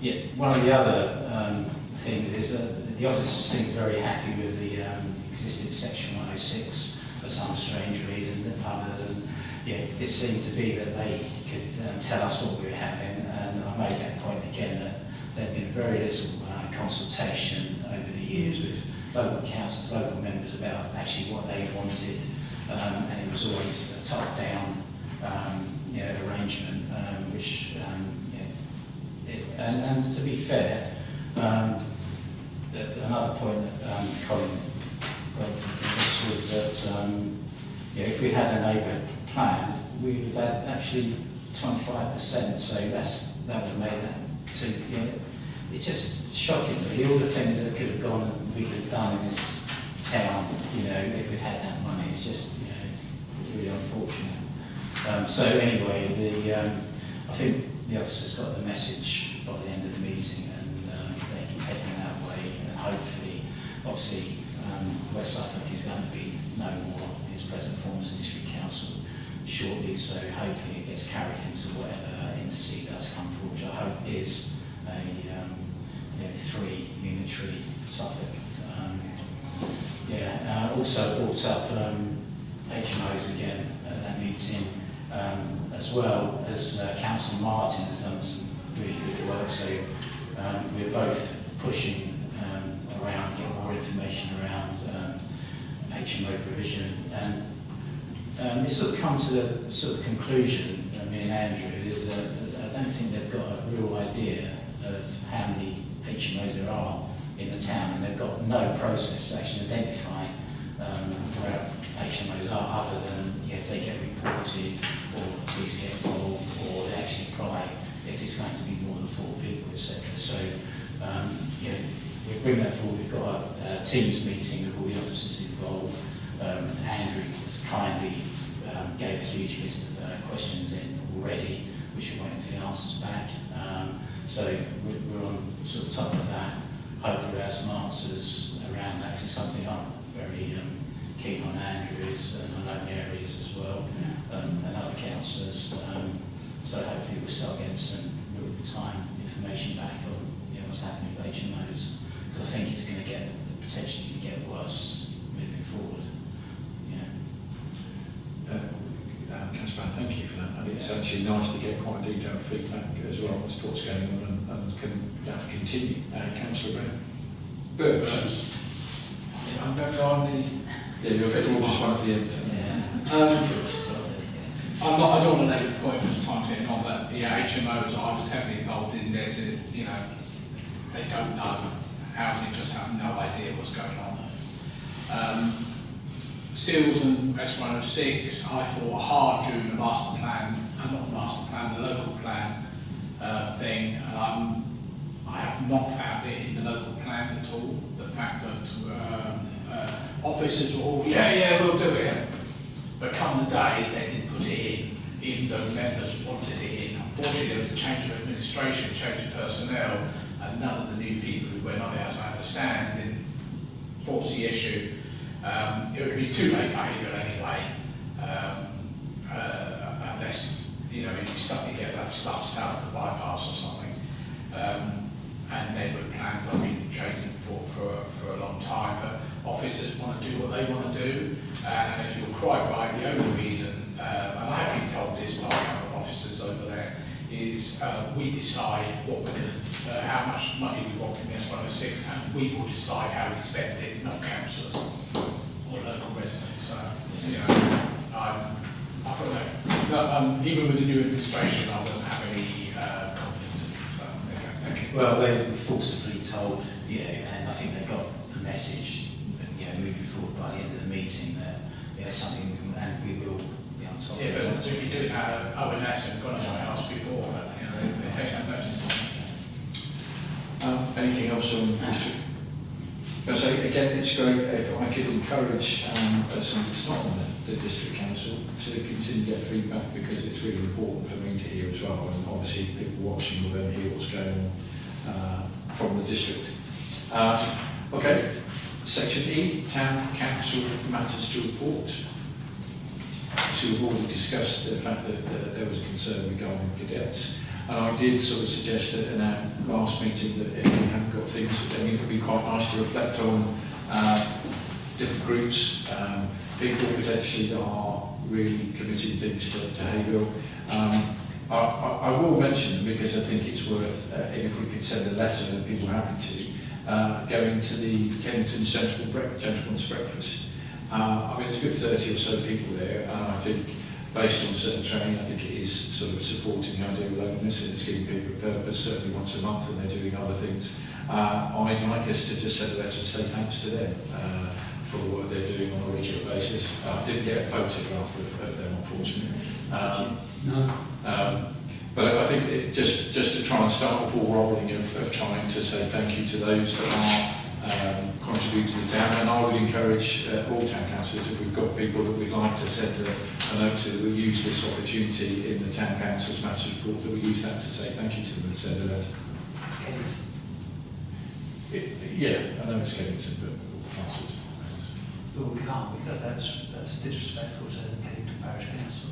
Okay, well if I say verbally, because I was asked to go to mayor, so, but it was nice to, lots of things going on, not as much in Haverhill for me this month, but there is some really good stuff. And you recognise that, Mr Mayor, in that? Yes, yeah. But again, I'd like to encourage us to maybe send letters out to those that are local and say thank you to what they do. Part E. Sorry, yeah, obviously. Just to remind people very quickly, just to emphasise the BJ80 event on the 15th in the morning at 0900, but more importantly, the one on the 21st at 7 o'clock at night in St Mary's Church. It is, I emphasise it is an event, it's not a religious commemoration or anything like that. We're only holding it there because the art centre has been already booked for something else. So, you know, if you can come along, that's great. Some are already going because you're speaking. But it's going to run for about an hour and a half or something like that. I know the mayor's going to be there, you know, so I think it'll be quite interesting. We spent many months working on this, so you know, please, if you're around in the middle of August or 21st of August, please come on. Thank you. Thank you, Councillor Anton, for the report. Okay, F. Members of the public are welcome to make statements or questions at the start. We have thank you. So my report, you've all had it. It's been another fantastic month, and one that I am learning, and I think every month will be. It's actually a real honour to be in this position as a mayor. I think, as I've just mentioned it, and it'd be nice to send somebody a letter, I mean, and whether you agree with me or not, but I went to the God's Closet on the 20th of July. And it's the first one of these, it's originated from America, it's the first one I think they said in this country. And what they've done is, over the last year they've been trying to gather as many clothes, children's clothes as possible, to be able to then near enough give out to local people should they need. And what they did was they charged £1 and you came in and you got 3 carry bags and you could fill those carry bags with as many clothes as you wanted as long as it fitted in. So it wasn't about making money, it was about trying to provide people with something where obviously children are growing out of clothes on a regular basis. The event itself, and I'll focus on it because it'd be nice to send a letter to them because actually it's somebody, a group that I wasn't even aware were in the community. They currently rent and use the accommodation Salvation Army. They haven't got a base and they are keen to find one, so as a town council, if we ever find an area that would be suitable, we could probably let Colin and myself know and maybe suggest it to them.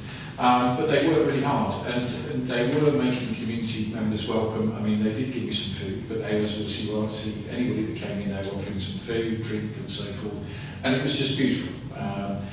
So with your sort of acceptance, if we was to send a letter to them saying thank you for what they've done.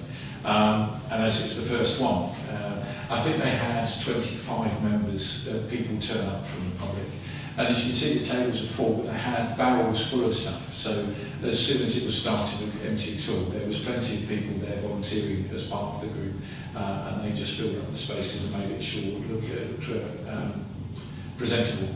That's the group that was there. They also had their pastor there that's in the next picture below. And really just so impressed with how warm and welcoming and friendly they were, and I'd like them to encourage them to continue to do more in Haverhill. So I commend them. Councillor Martin. Sorry, just a question. Are they the group that were looking to buy the corn exchange and made some industry? I think they were. Yeah, they're the group. Yeah, so they're still looking somewhere.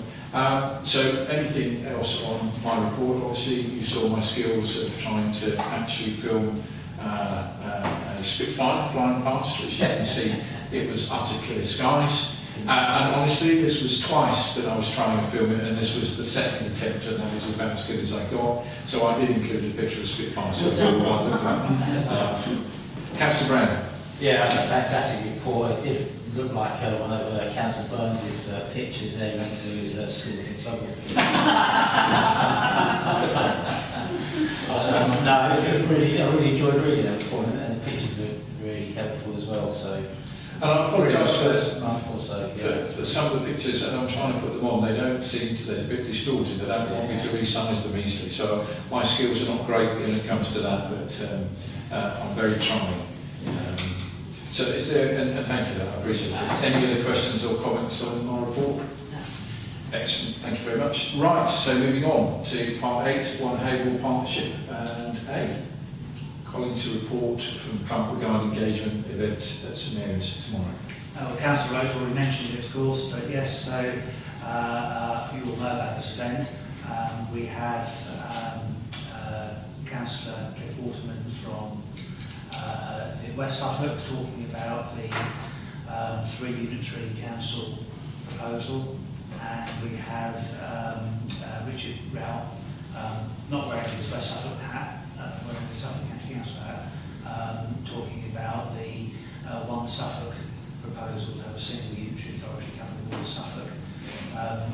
I was at the scene just talking about getting a bit of that devolution and the process out of the way so that those two don't have to then do that. So they focus on their proposals and then as quickly as possible get to the public raising their concerns and asking questions.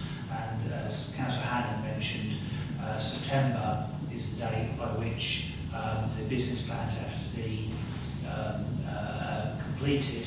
So regardless of which version the government chooses, both will be in Haverhill, listening to the people of Haverhill with time to take on board what they're told to get that into the business plan. So a lot of the issues, of course, that Haverhill would raise would be the same as Lowestoft would raise or anything like that. But the more people raise the issues, then the more polished and more achievable those plans, whoever wins, plans for unitary.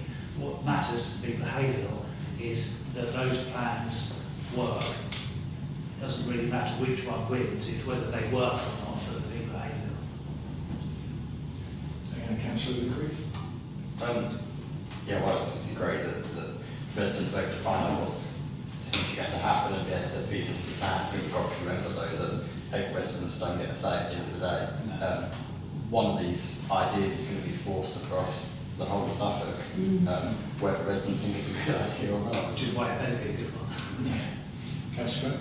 Yeah, that's my big thing. From the start of this, it didn't come from the bottom up. It was just basically foisted on us from above, and yeah, it's hugely disappointing. That the government did it that way. They should have consulted. I mean, there was no grassroots from West Suffolk residents around having a single unitary or anything like that. To me, I feel it was a huge loss in democracy, and it's not a very good thing at all. We've lost a lot of our say when, back in the 70s when Haverhill District Council came to an end. I did speak on this at West Suffolk, tried to make my point. But at the end of the day, the really disappointing thing about this whole thing is it seems to be a war between Suffolk County Council and the districts around who wins. Well, actually, it isn't about who wins, it's about representing the people in Suffolk. And it's so disappointing. I've seen a lot of stuff on social media that Suffolk County Council keep putting on, and it's so divisive. It's like, we're the kings, we want to win the battle and this and the other. I just think you've really done a disservice to the residents of Suffolk, in particular Haverhill and West Suffolk, and they should be working together for the best deal for this county. It's been foisted on us by the government, and the councils, whoever they are, should be all working together. And it's tit for tat. You're doing, we can do it better than you, and it's absolutely childish. And I think, I can't wait to see the end of it. And I just hope that we end up with as many unitaries as we can. Thank you, Councillor Brown. Just a reminder, so what time is that meeting tomorrow? 6:30. And if people wanted to book the tickets, where would they go? You can go online. You can go online. It's on Facebook and social media. Pushing it. So, B, the board meeting report. Most of the board meeting was discussing the wellbeing hub to a certain extent, and hearing a little bit more from health. There's various councillors, including yourself, who are there if there's anything particular you want to add. Any other comments on that? Because what we're going to do is we're going to move the wellbeing hub update to closed session at the end of the meeting. Okay. So can I just go back to the LGR very quickly? We are live streaming it as well. Okay. Moving on then to direct financial matters. So we need to authorise this payment list. Okay, second. So can we have a vote on that now, please? Thank you very much. So proposed by Mr. Burns and second Bruce. Excellent. 9, right, back to grant applications. We've done A. So B, we need to look at Haverhill Town Twin Association. £1,100 towards hospitality for town twin visitors. I don't know whether people saw that Erin Townsend have on their roundabout, one of their roundabouts, actually put a sign regarding Haverhill, which I think is fantastic, and I think she recognised how special it is that they're treated very specially. They actually get a lot more funding coming from the town. So, anybody got any questions, or Bruce, did you want to say anything in regards to this? Yes, you've got partial dispensations to take part in today. You didn't want one for the vote. Yeah. No. I did actually complete this grant application quite some time ago. And yes, as the Chair has mentioned, we have a very, very good relationship, not just with Ellie Housing, but also with Pont-Saint-Esprit, which is in France. They're going for 50 odd years and 40 years respectively. And I believe that we should try and continue this. As an aside, I'm working very, very hard with the schools to try and encourage the pupils today to be hopefully members of the future. But yes, I think it says everything on the application as to what we get up to. The Mayor has been to several functions whilst the Germans were over, and I'm sure he enjoyed himself. It's absolutely great. I mean, as I mentioned on those reports, also was quite interesting at the one of the events at the St Mary's where I also bumped into a couple that were from Haverhill, Massachusetts. So, but it's been nice seeing the Germans come over. They were fantastic. And actually, what I will say is I will be meeting the Mayor of Eringhausen at this year's Oktoberfest. He's arranged that he will meet me there. So that's going to be fantastic, and hopefully continue to great links there. So, do we have any questions? Sorry, Councillor Green. Yeah, I'm probably not going to be very popular for this, but although I recognise the good work they do, I am concerned with some of the things that are budgeted for. Biggest concern is that pretty much all the money leaves the town. It doesn't help Haverhill. And also that almost £1,700 of the budget is for Meals Out. Personal opinion is the town council, we should be funding Meals Out. I think it's £615 of the £615 of the budget is without the Meals Out. And personally, I think that's the element that we should fund. Thank you. Any other comments? Councillor Jones. Yeah, I'm certainly with Councillor Lee on that. My concern is it says we budgeted 1,000 here, and I think Colin mentioned on the previous one that when I think somebody suggested not funding Abbeycroft, and then Colin sort of said that goes against the previous decision. So I'm not sure if that, I'm sure Colin can clarify that, but I'm sort of with Aaron, and I also, some of that is things like, Cambridge tour, it's a tour of Cambridge, I don't know, I know we're neighbours, but again, that's not really anything to do with the town. So I also have some concerns about some of those things, although I do also appreciate that it's an amazing thing. I'd like that answer from Colin really on that fact that we've got that 1,000 in brackets there. So the comment on Abbeycroft Leisure was because councillors specifically wanted us to bracket because they wanted the activity to continue. All the figures in brackets are what the council agreed to put into the grant budget for these organisations. But that's not a vote to actually give the grant at all. Okay. So you don't have to give the grant to anyone. The only real exception to that is obviously, of course, is that the most discussion was on Abbeycroft Leisure because councillors were upset that Haverhill was missing out on the half-term stuff. And so it was written especially for that purpose. So that's a slightly different issue. But the other ones historically have always been there. Okay. Any other comments? Councillor Stitchkin. I would not want it to be more than the amount we've already budgeted because we're scrubbing around for extra money, aren't we? So the £1,000. Yeah, bring it down to 1,000 would be my suggestion, or less, if Councillor Green has his way. Councillor? Yeah, I was just saying that the work that the town's been through is terrific, and it's been going for how many years now, Bruce? The oldest one is 52. Yes. Yeah. So they do fantastic, absolutely fantastic work. We are on our uppers with our budget, that is the concern. I'm quite happy to give the town to them. They do so much fantastic work. I'll be quite happy to the second Aaron's proposal. It is a proposal. I haven't made one yet. Oh, sorry. Councillor Green.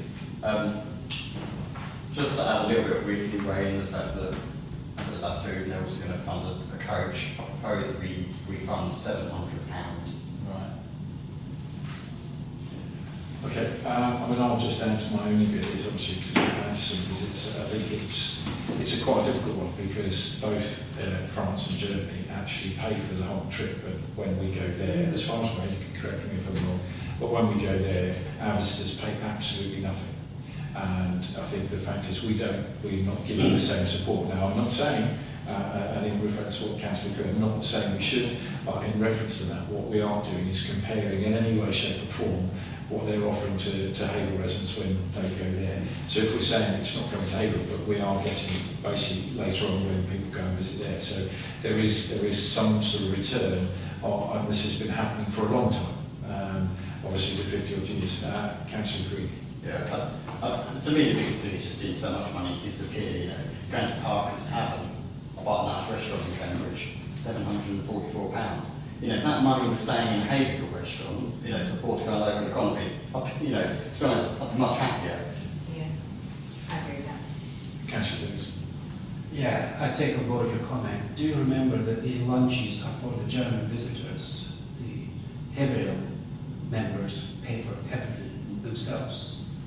Secondly, there is a lunch in Haverhill and there's also a concert in Haverhill. So it's not to say that everyone's gone out of town. We try as hard as we can to keep things in town. But when the Germans came over, they said they wanted to see Cambridge, they wanted to go to the seaside, and they wanted to go to a stately home. So Vickers Park, Cambridge tour, and a nice restaurant as well, and obviously the coach to Malden. The farewell dance, not a lot of money, but that was in handling. Okay, it's not Haverhill, it's near as we can. So just bear that in mind, that everyone puts a lot of time into this. The other reason, as the Chair has already said, both Germany and France, the money comes from the towns themselves. Their mayors have a budget, and there's a budget obviously. So we don't have that same sort of budget. So we have to obviously come to the town council to ask for some money. We also put a lot of work into social events, etc. We were raising money all the time. If we didn't raise that money, we wouldn't be able to entertain these guests. Thank you. Councillor Green. Yeah, no, it's noted on things like CEOs. Obviously, it still is the majority of the money is leaving the town. My opinion remains to say really that they're twinned with Haverhill. It's not a chance for them to have a holiday. And if they want to do some of these other things, then really, I would argue they should contribute some of that money themselves if they want to go further afield. So therefore, I think my proposal of £700 is a significant contribution towards hosting these guests, and so they can experience Haverhill. Thank you. Councillor Burns. Councillor Brown, seconding You're seconding that? Yeah. Okay. Yes. Sorry. I'm just quandary here because in our budget we did in January, we allocated £1,000 specifically for town training.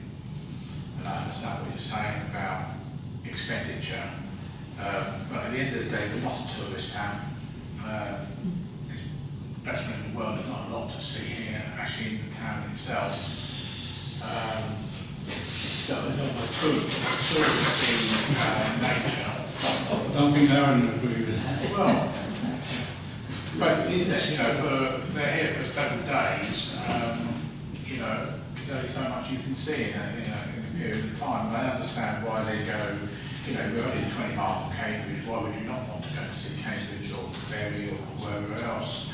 I mean, also about the seaside, that's a slightly different matter. So my personal view is I've gone with what Councillor Stinchcombe said is whatever we've allocated is now. This particular example, I'm not saying about the other ones we're going to look at. It's gone for £1,000, we've already got things. I'm happy to do an amendment, but as if I get support for it or not. Councillor Martin. Thank you.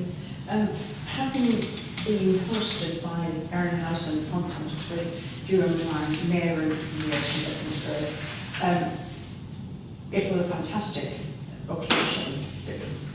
They push out the boards completely. It is a marvellous thing to do.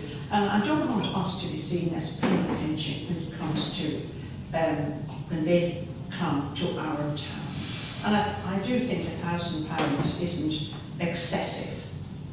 and I've listened carefully to what you have said tonight and read what is up there and digested it.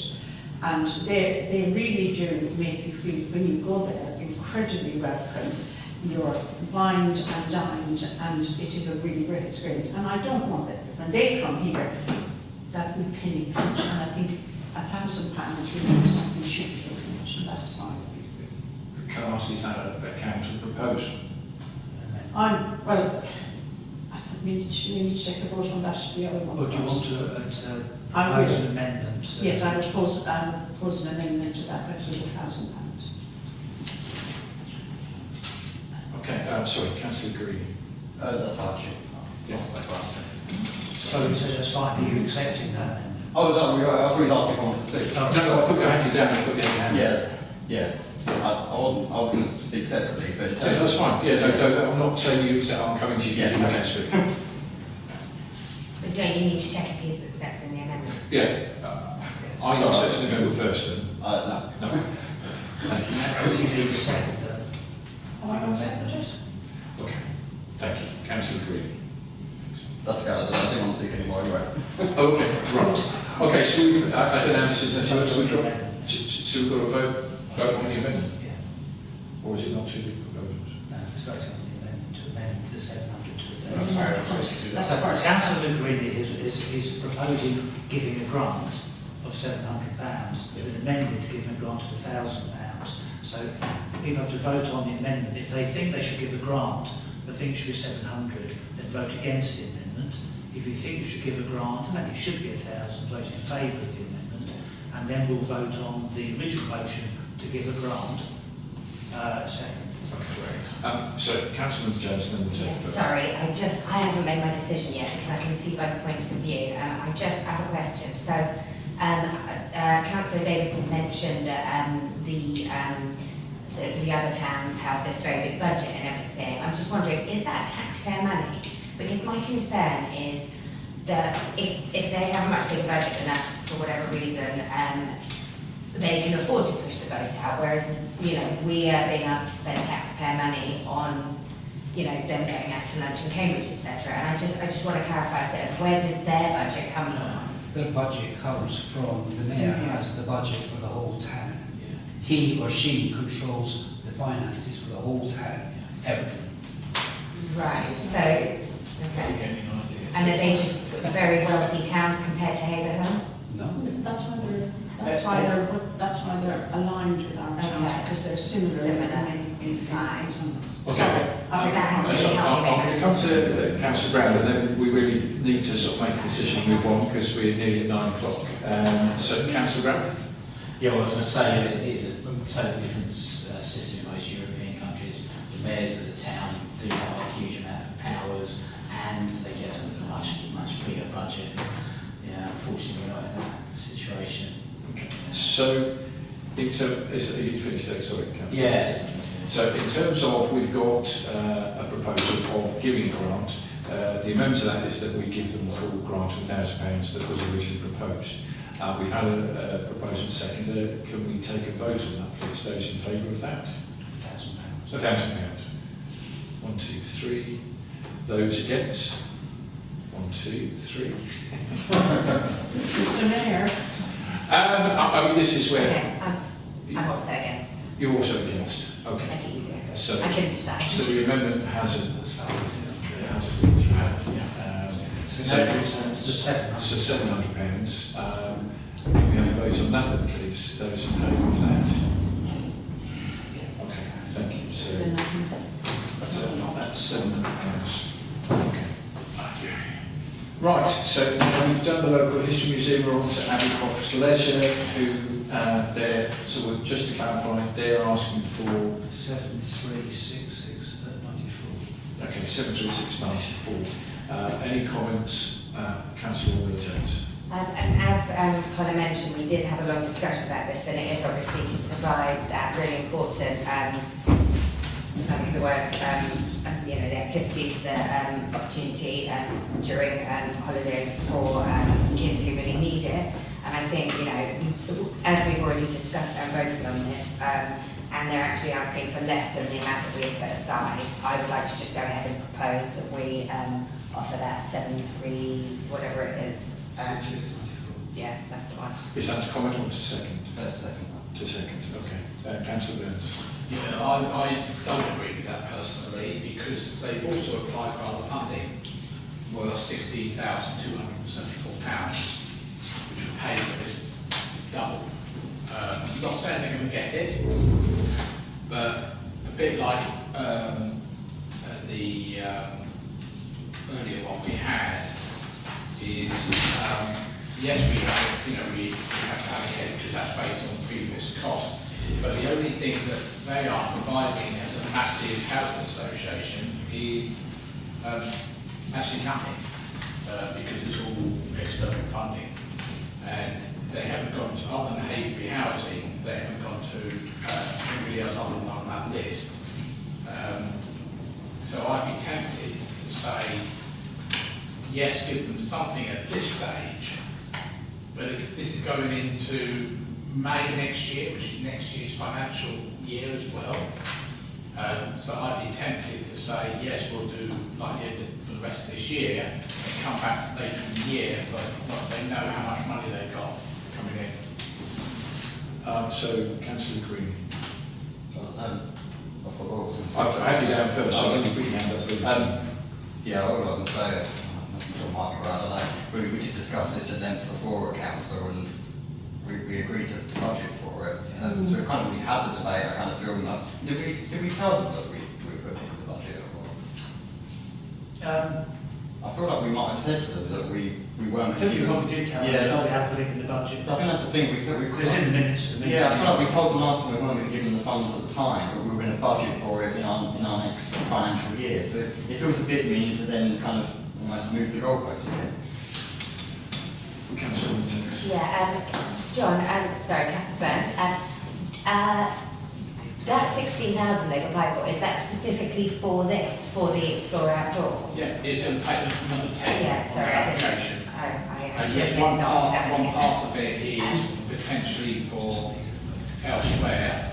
So, I mean, I know I'm the one who proposed offering what they've asked for, but now, after hearing what... Councillor Burns, can I just pause you, because we've gone past the record. And so I need to ask, are we happy to suspend the normal rules and continue? Do I have to propose what we say? Propose it seconded. Can we have a proposal? Suspend standing order 3X. All right, to suspend standing order 3X. Okay, thank you. Yeah.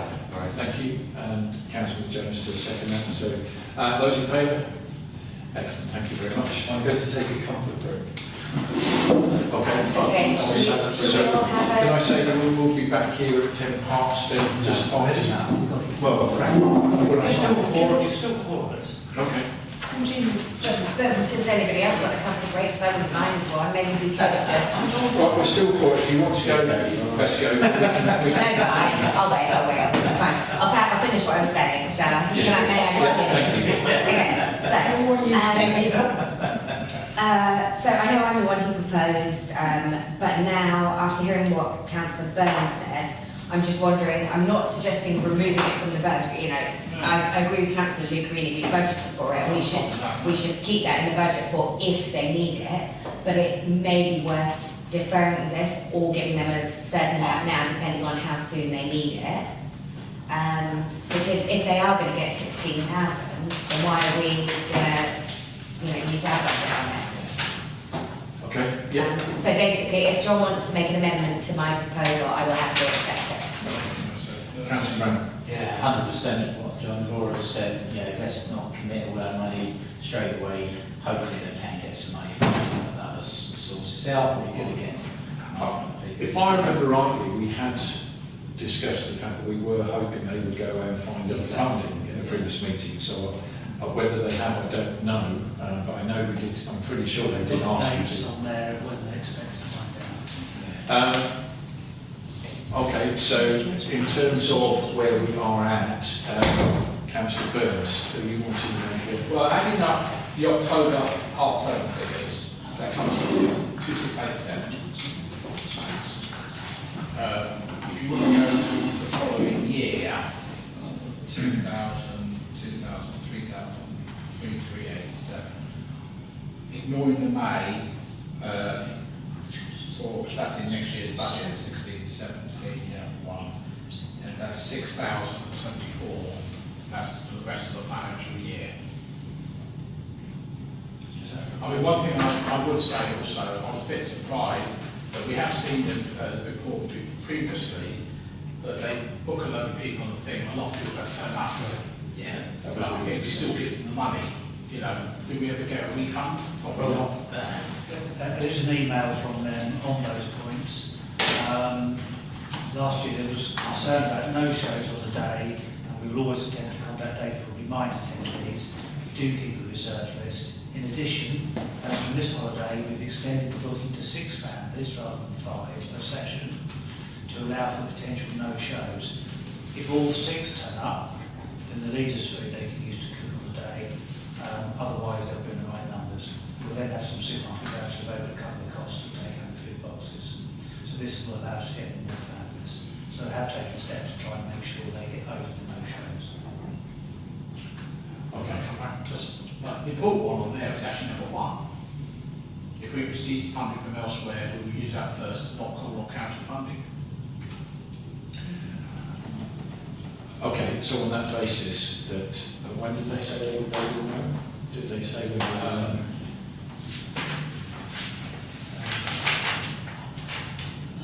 October, end of August, July, October.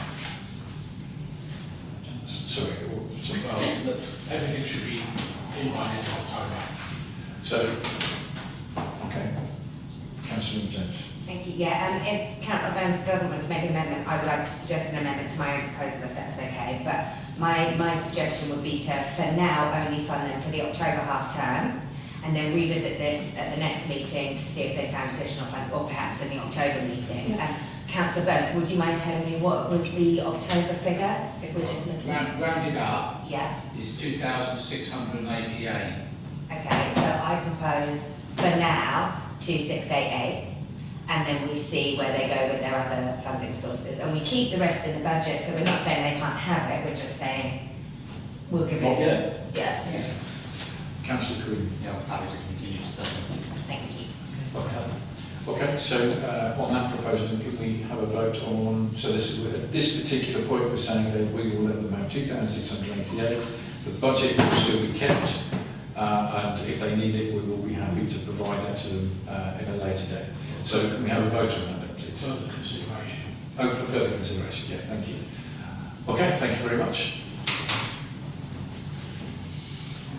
Right, so that's now on to point 4, REACH, 9,000 towards the work at REACH Financial Advice Services, which we, from what Colin said, that we'd originally budgeted for, that they would ask for £5,000. Councillor Creedy. Yeah, it's always for each of they do great work in the town. It does concern me though, it's an awful lot of money. And there's an awful lot of salaries that seem to be attached to this grant money, which also concerns me. I'm going to make a proposal straight away that we give them the £5,000 that we budget for. I think if they want more in future years, they probably need to talk to us at the budgeting stage. But I'm also disappointed that no one's here tonight. I don't know if anyone was meant to be here. But That I did say that it probably wouldn't be necessary because it's already budgeted for. So yeah, just the fact it's well over the budget. There's no one here to actually ask any questions about that additional money that's required. They would have put something up. Okay. Thank you. I'll come to Councillor Anderson and Councillor Pan. Right, yeah, when I was chair, he was breached with one of my charities. He did say that he's finding it really, really hard financially. Now, I was shocked because I've never heard that before from Reach. Because obviously it's more and more work, more and more people trying to claim benefits. You know, I'm talking about the heating allowance and all sorts of trying to help them to claim if they are having problems. So they're sort of employing more people for that. Yeah, I suppose we can, what the budget for is 5,000, and hopefully he'll come back if he but I don't want to hear that he's really struggling. I second, sorry. Yeah. Okay. Councillor Brown, then Councillor Jones. Yeah, I'm more than happy to vote for the 5,000. It's just such a shame that the rise in national insurance payments has hit them so hard. But obviously it's hit the town council extremely hard as well. I just don't think the government really thought out the ramifications of a lot of these proposals. I mean, it's really charities, the good work that the town council does, and the rest of it.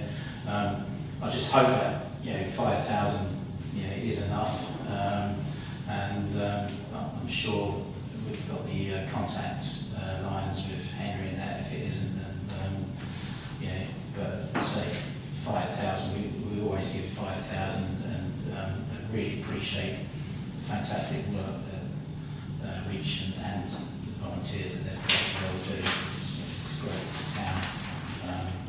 But I say we're strapped as well. So. Councillor Jones. Thank you. Yeah, honestly, I think that the work Reach do is the most important work that anyone does in the town. They do incredible work, and they're under so much pressure now. The amount of people they have coming through their doors all the time, it's gone up exponentially. They have people coming in, with a lot of the kind of complex issues of financial and mental health and other things that they're trying to deal with and help people. And honestly, I understand, obviously we've got a budget issue, but I cannot think of a better cause to spend our budget on than the work that Reach do. I honestly can't. I would rather, I would rather sort of find that in a few months we've sort of run out of budget than not help them to continue doing what they're doing. Because imagine if Reach get to a position where they can't continue because they don't have enough money or they don't have enough staff, so they're turning people away who need help, people in a desperate situation. People go to Reach when they've got nowhere else to turn, and I think, as people who are here to support the residents of our town, I genuinely, I can't think of a better cause, so I would like to propose an amendment to offer perhaps not the full 9,000, perhaps 8,000. That would be my proposal. Okay. Councillor Rousseau. Interesting comments. I worked with Reach as a volunteer for 2.5 years, and Reach has changed out of all recognition. Still doing a fantastic job, but they've got a lot of salaried people taking over from people who are doing volunteer work. So yeah, their costs are unbelievable. I'm not saying that there's no volunteers, there's still a lot of volunteers, but there's a lot of paid staff, and obviously take on board the national insurance. My memory serves me correct. Last year we did have Henry here, and Henry did want £10,000, and it was agreed we'd give him £5,000, and district councillors would make up the difference. So instead of your proposal, I would say we stick with £5,000, and obviously ask Henry to approach the district councillors.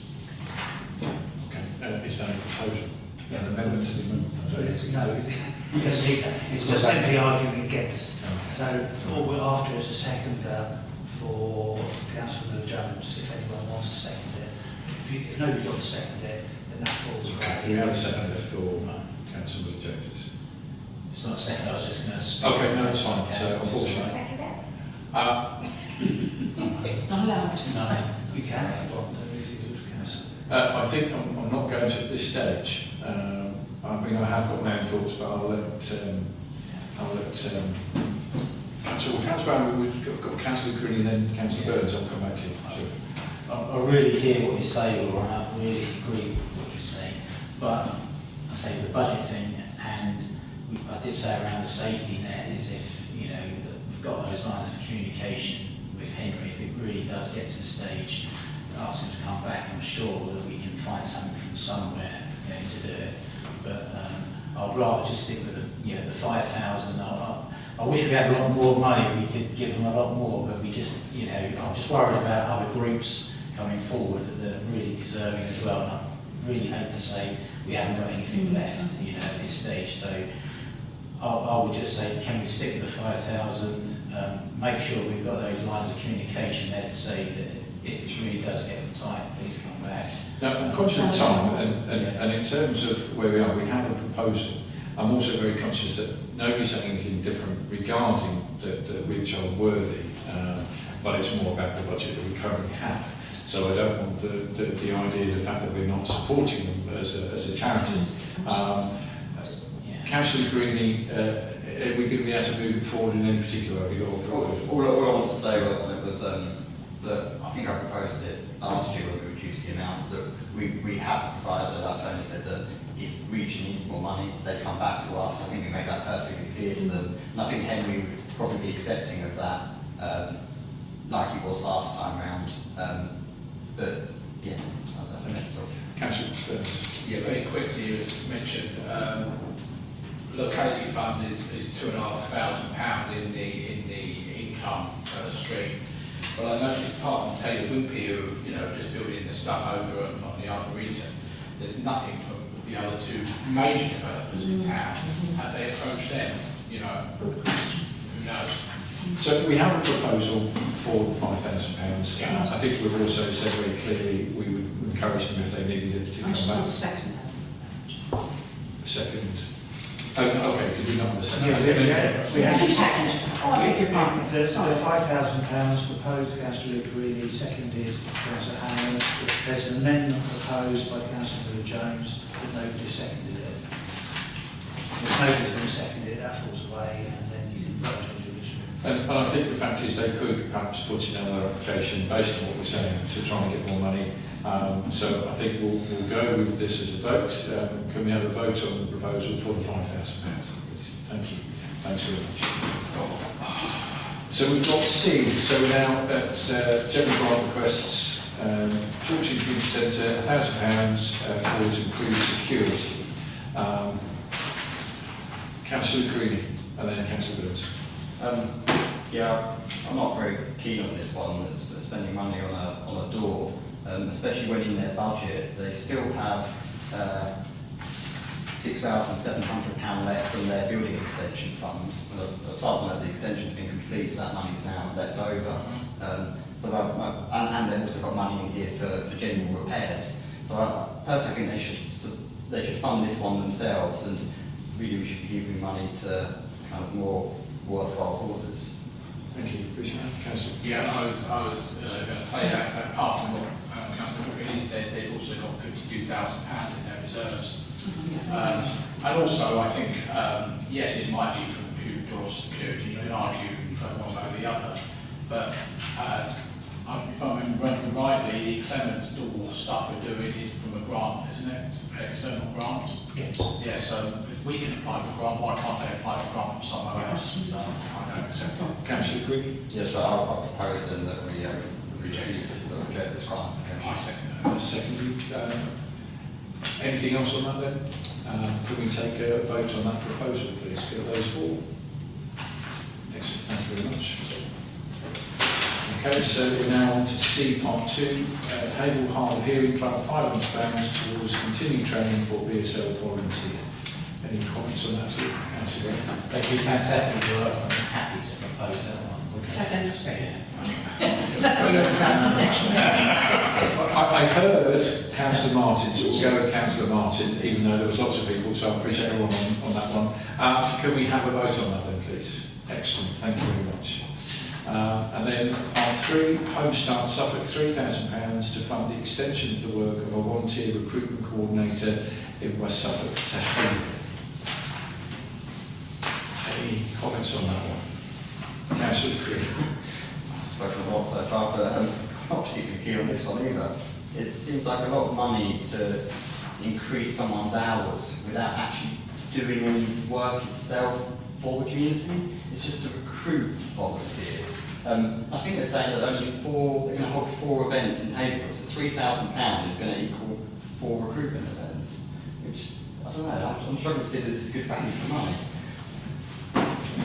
Councillor Burks? I was only going to say we had these same arguments, or did have when I was on it early, community chess, whatever it's called these days. And exactly the same comments came up. There's no guarantee that where the money will be spent because it is a county-wide system. They've got a hell of a lot of money in their account as well. And I'm not happy about something that's a bit wishy-washy in terms of what it's actually going to fund. Thank you. Councillor Green? Well, I'll propose we reject this one as well then. Do I have a seconder on that proposal? Councillor Martin. Okay, if there's any other comments, we can take a vote. Unless we have any comments, I'll take a vote. Councillor Militant. Yeah, I'm not sure how to vote on this one again. I just, I mean, I feel as though this is such an important thing, but who was it who just said that it's not clear where, like, that they will actually base someone in Haverhill? Yeah, so what is it? Because, I mean, is their application not saying if we give them the money, they will send someone to Haverhill? Councillor Militant. Only because from experience, this is what's happened previously, where we've asked them where it's going to be, and they say, yes, we might do something in Haverhill, but they'll be based in somewhere else. But is that when we haven't funded them? Well, it's when there's been, when this particular example, it was West Suffolk doing it, but they've even said we may not, we may not have something in West Suffolk, it might be based out of Ipswich or something like that. Right, so they were saying even if West Suffolk funded them, they wouldn't necessarily Have something. bring anything into... I mean, I'm not happy to just reject this. I feel like this is a really important thing and we might need more information, and I would like to make a counter proposal that we defer it and ask somebody to come so that we can ask them some questions. So, yes, if you don't want to refuse it outright, if you want to defer it, then yes, that would be... I would like to defer it and find out a bit more information because it is such an important thing. Councillor Green. Can I second that? Okay, yeah. Yeah, that's what I was going to say. Obviously, the post already exists, so that they're already, it's already in post and it's based outside of Haverhill. The extra money they're saying is to increase their hours so that they can come to Haverhill. The only real kind of commitment I can see for Haverhill is the 4 events. But I don't think it actually says what 4 events these are going to be, whether it's things they're hosting themselves, or they're coming to like fun days. Yeah, I think we need more information. It's very unclear. It is unclear. I think we need to know more. Councillor Brown? Yeah, I'm willing to second your proposal. Which sounds Probably got a second. Oh, sorry. Yeah. Well, I'll speak on it anyway. It does make sense. We don't know exactly what work they're planning on Haverhill. Let's give them a chance to come over and speak. Yeah, sure. That shows some commitment anyway. So, do you want to accept that amendment? I can accept it, yeah. Okay. So we've got a proposal second for the amendment to say we'll defer this for them to come back to us It's here. been accepted, so it's now the only Just a vote. proposal. Yeah. Okay, so can we have a vote on that, please? Anybody against? Just one against. Thank you very much. Right, so amazingly we've gone past the grant funding and then adoption of committee reports. So first off, Finance Committee to move to the adoption of the minutes. It's not ready. Follow. Then B, Planning Committee. Well, now you look at the first, the 22nd, I'm sorry. Chair, I propose that we accept the 1st of July and the 22nd of July. Just the first one. First draft, it seems. That's what I said. Yeah, you haven't seen the 22nd. Oh, sorry, just the 1st of July, right. Okay, do we have a second to that? Yeah. Please, thank you, Councillor Martin. Do we have, can we vote on that one, please? Thank you very much. And C, Leisure Committee to note the meeting of the Leisure Community Committee scheduled 15th is cancelled. Okay, so the date of the next meeting is Monday the 29th of September 2025. And the meeting closes. No, it doesn't. We're not closing it. I just said it for the... Okay. So point 12 is exclusion of press and the public to resolve that under the Public Bodies Admission to Meetings Act 1960, the public representatives of the press and broadcast media be excluded from the meeting during the consideration of following items of business. Publicity would be prejudicial to the public interest due to the confidential nature of the business to be transacted, third-party contracts. Can I have a proposer for that then? Councillor Citrick, seconded. Councillor Burns, thank you very much. Vote, please. Thank you. Lock the doors.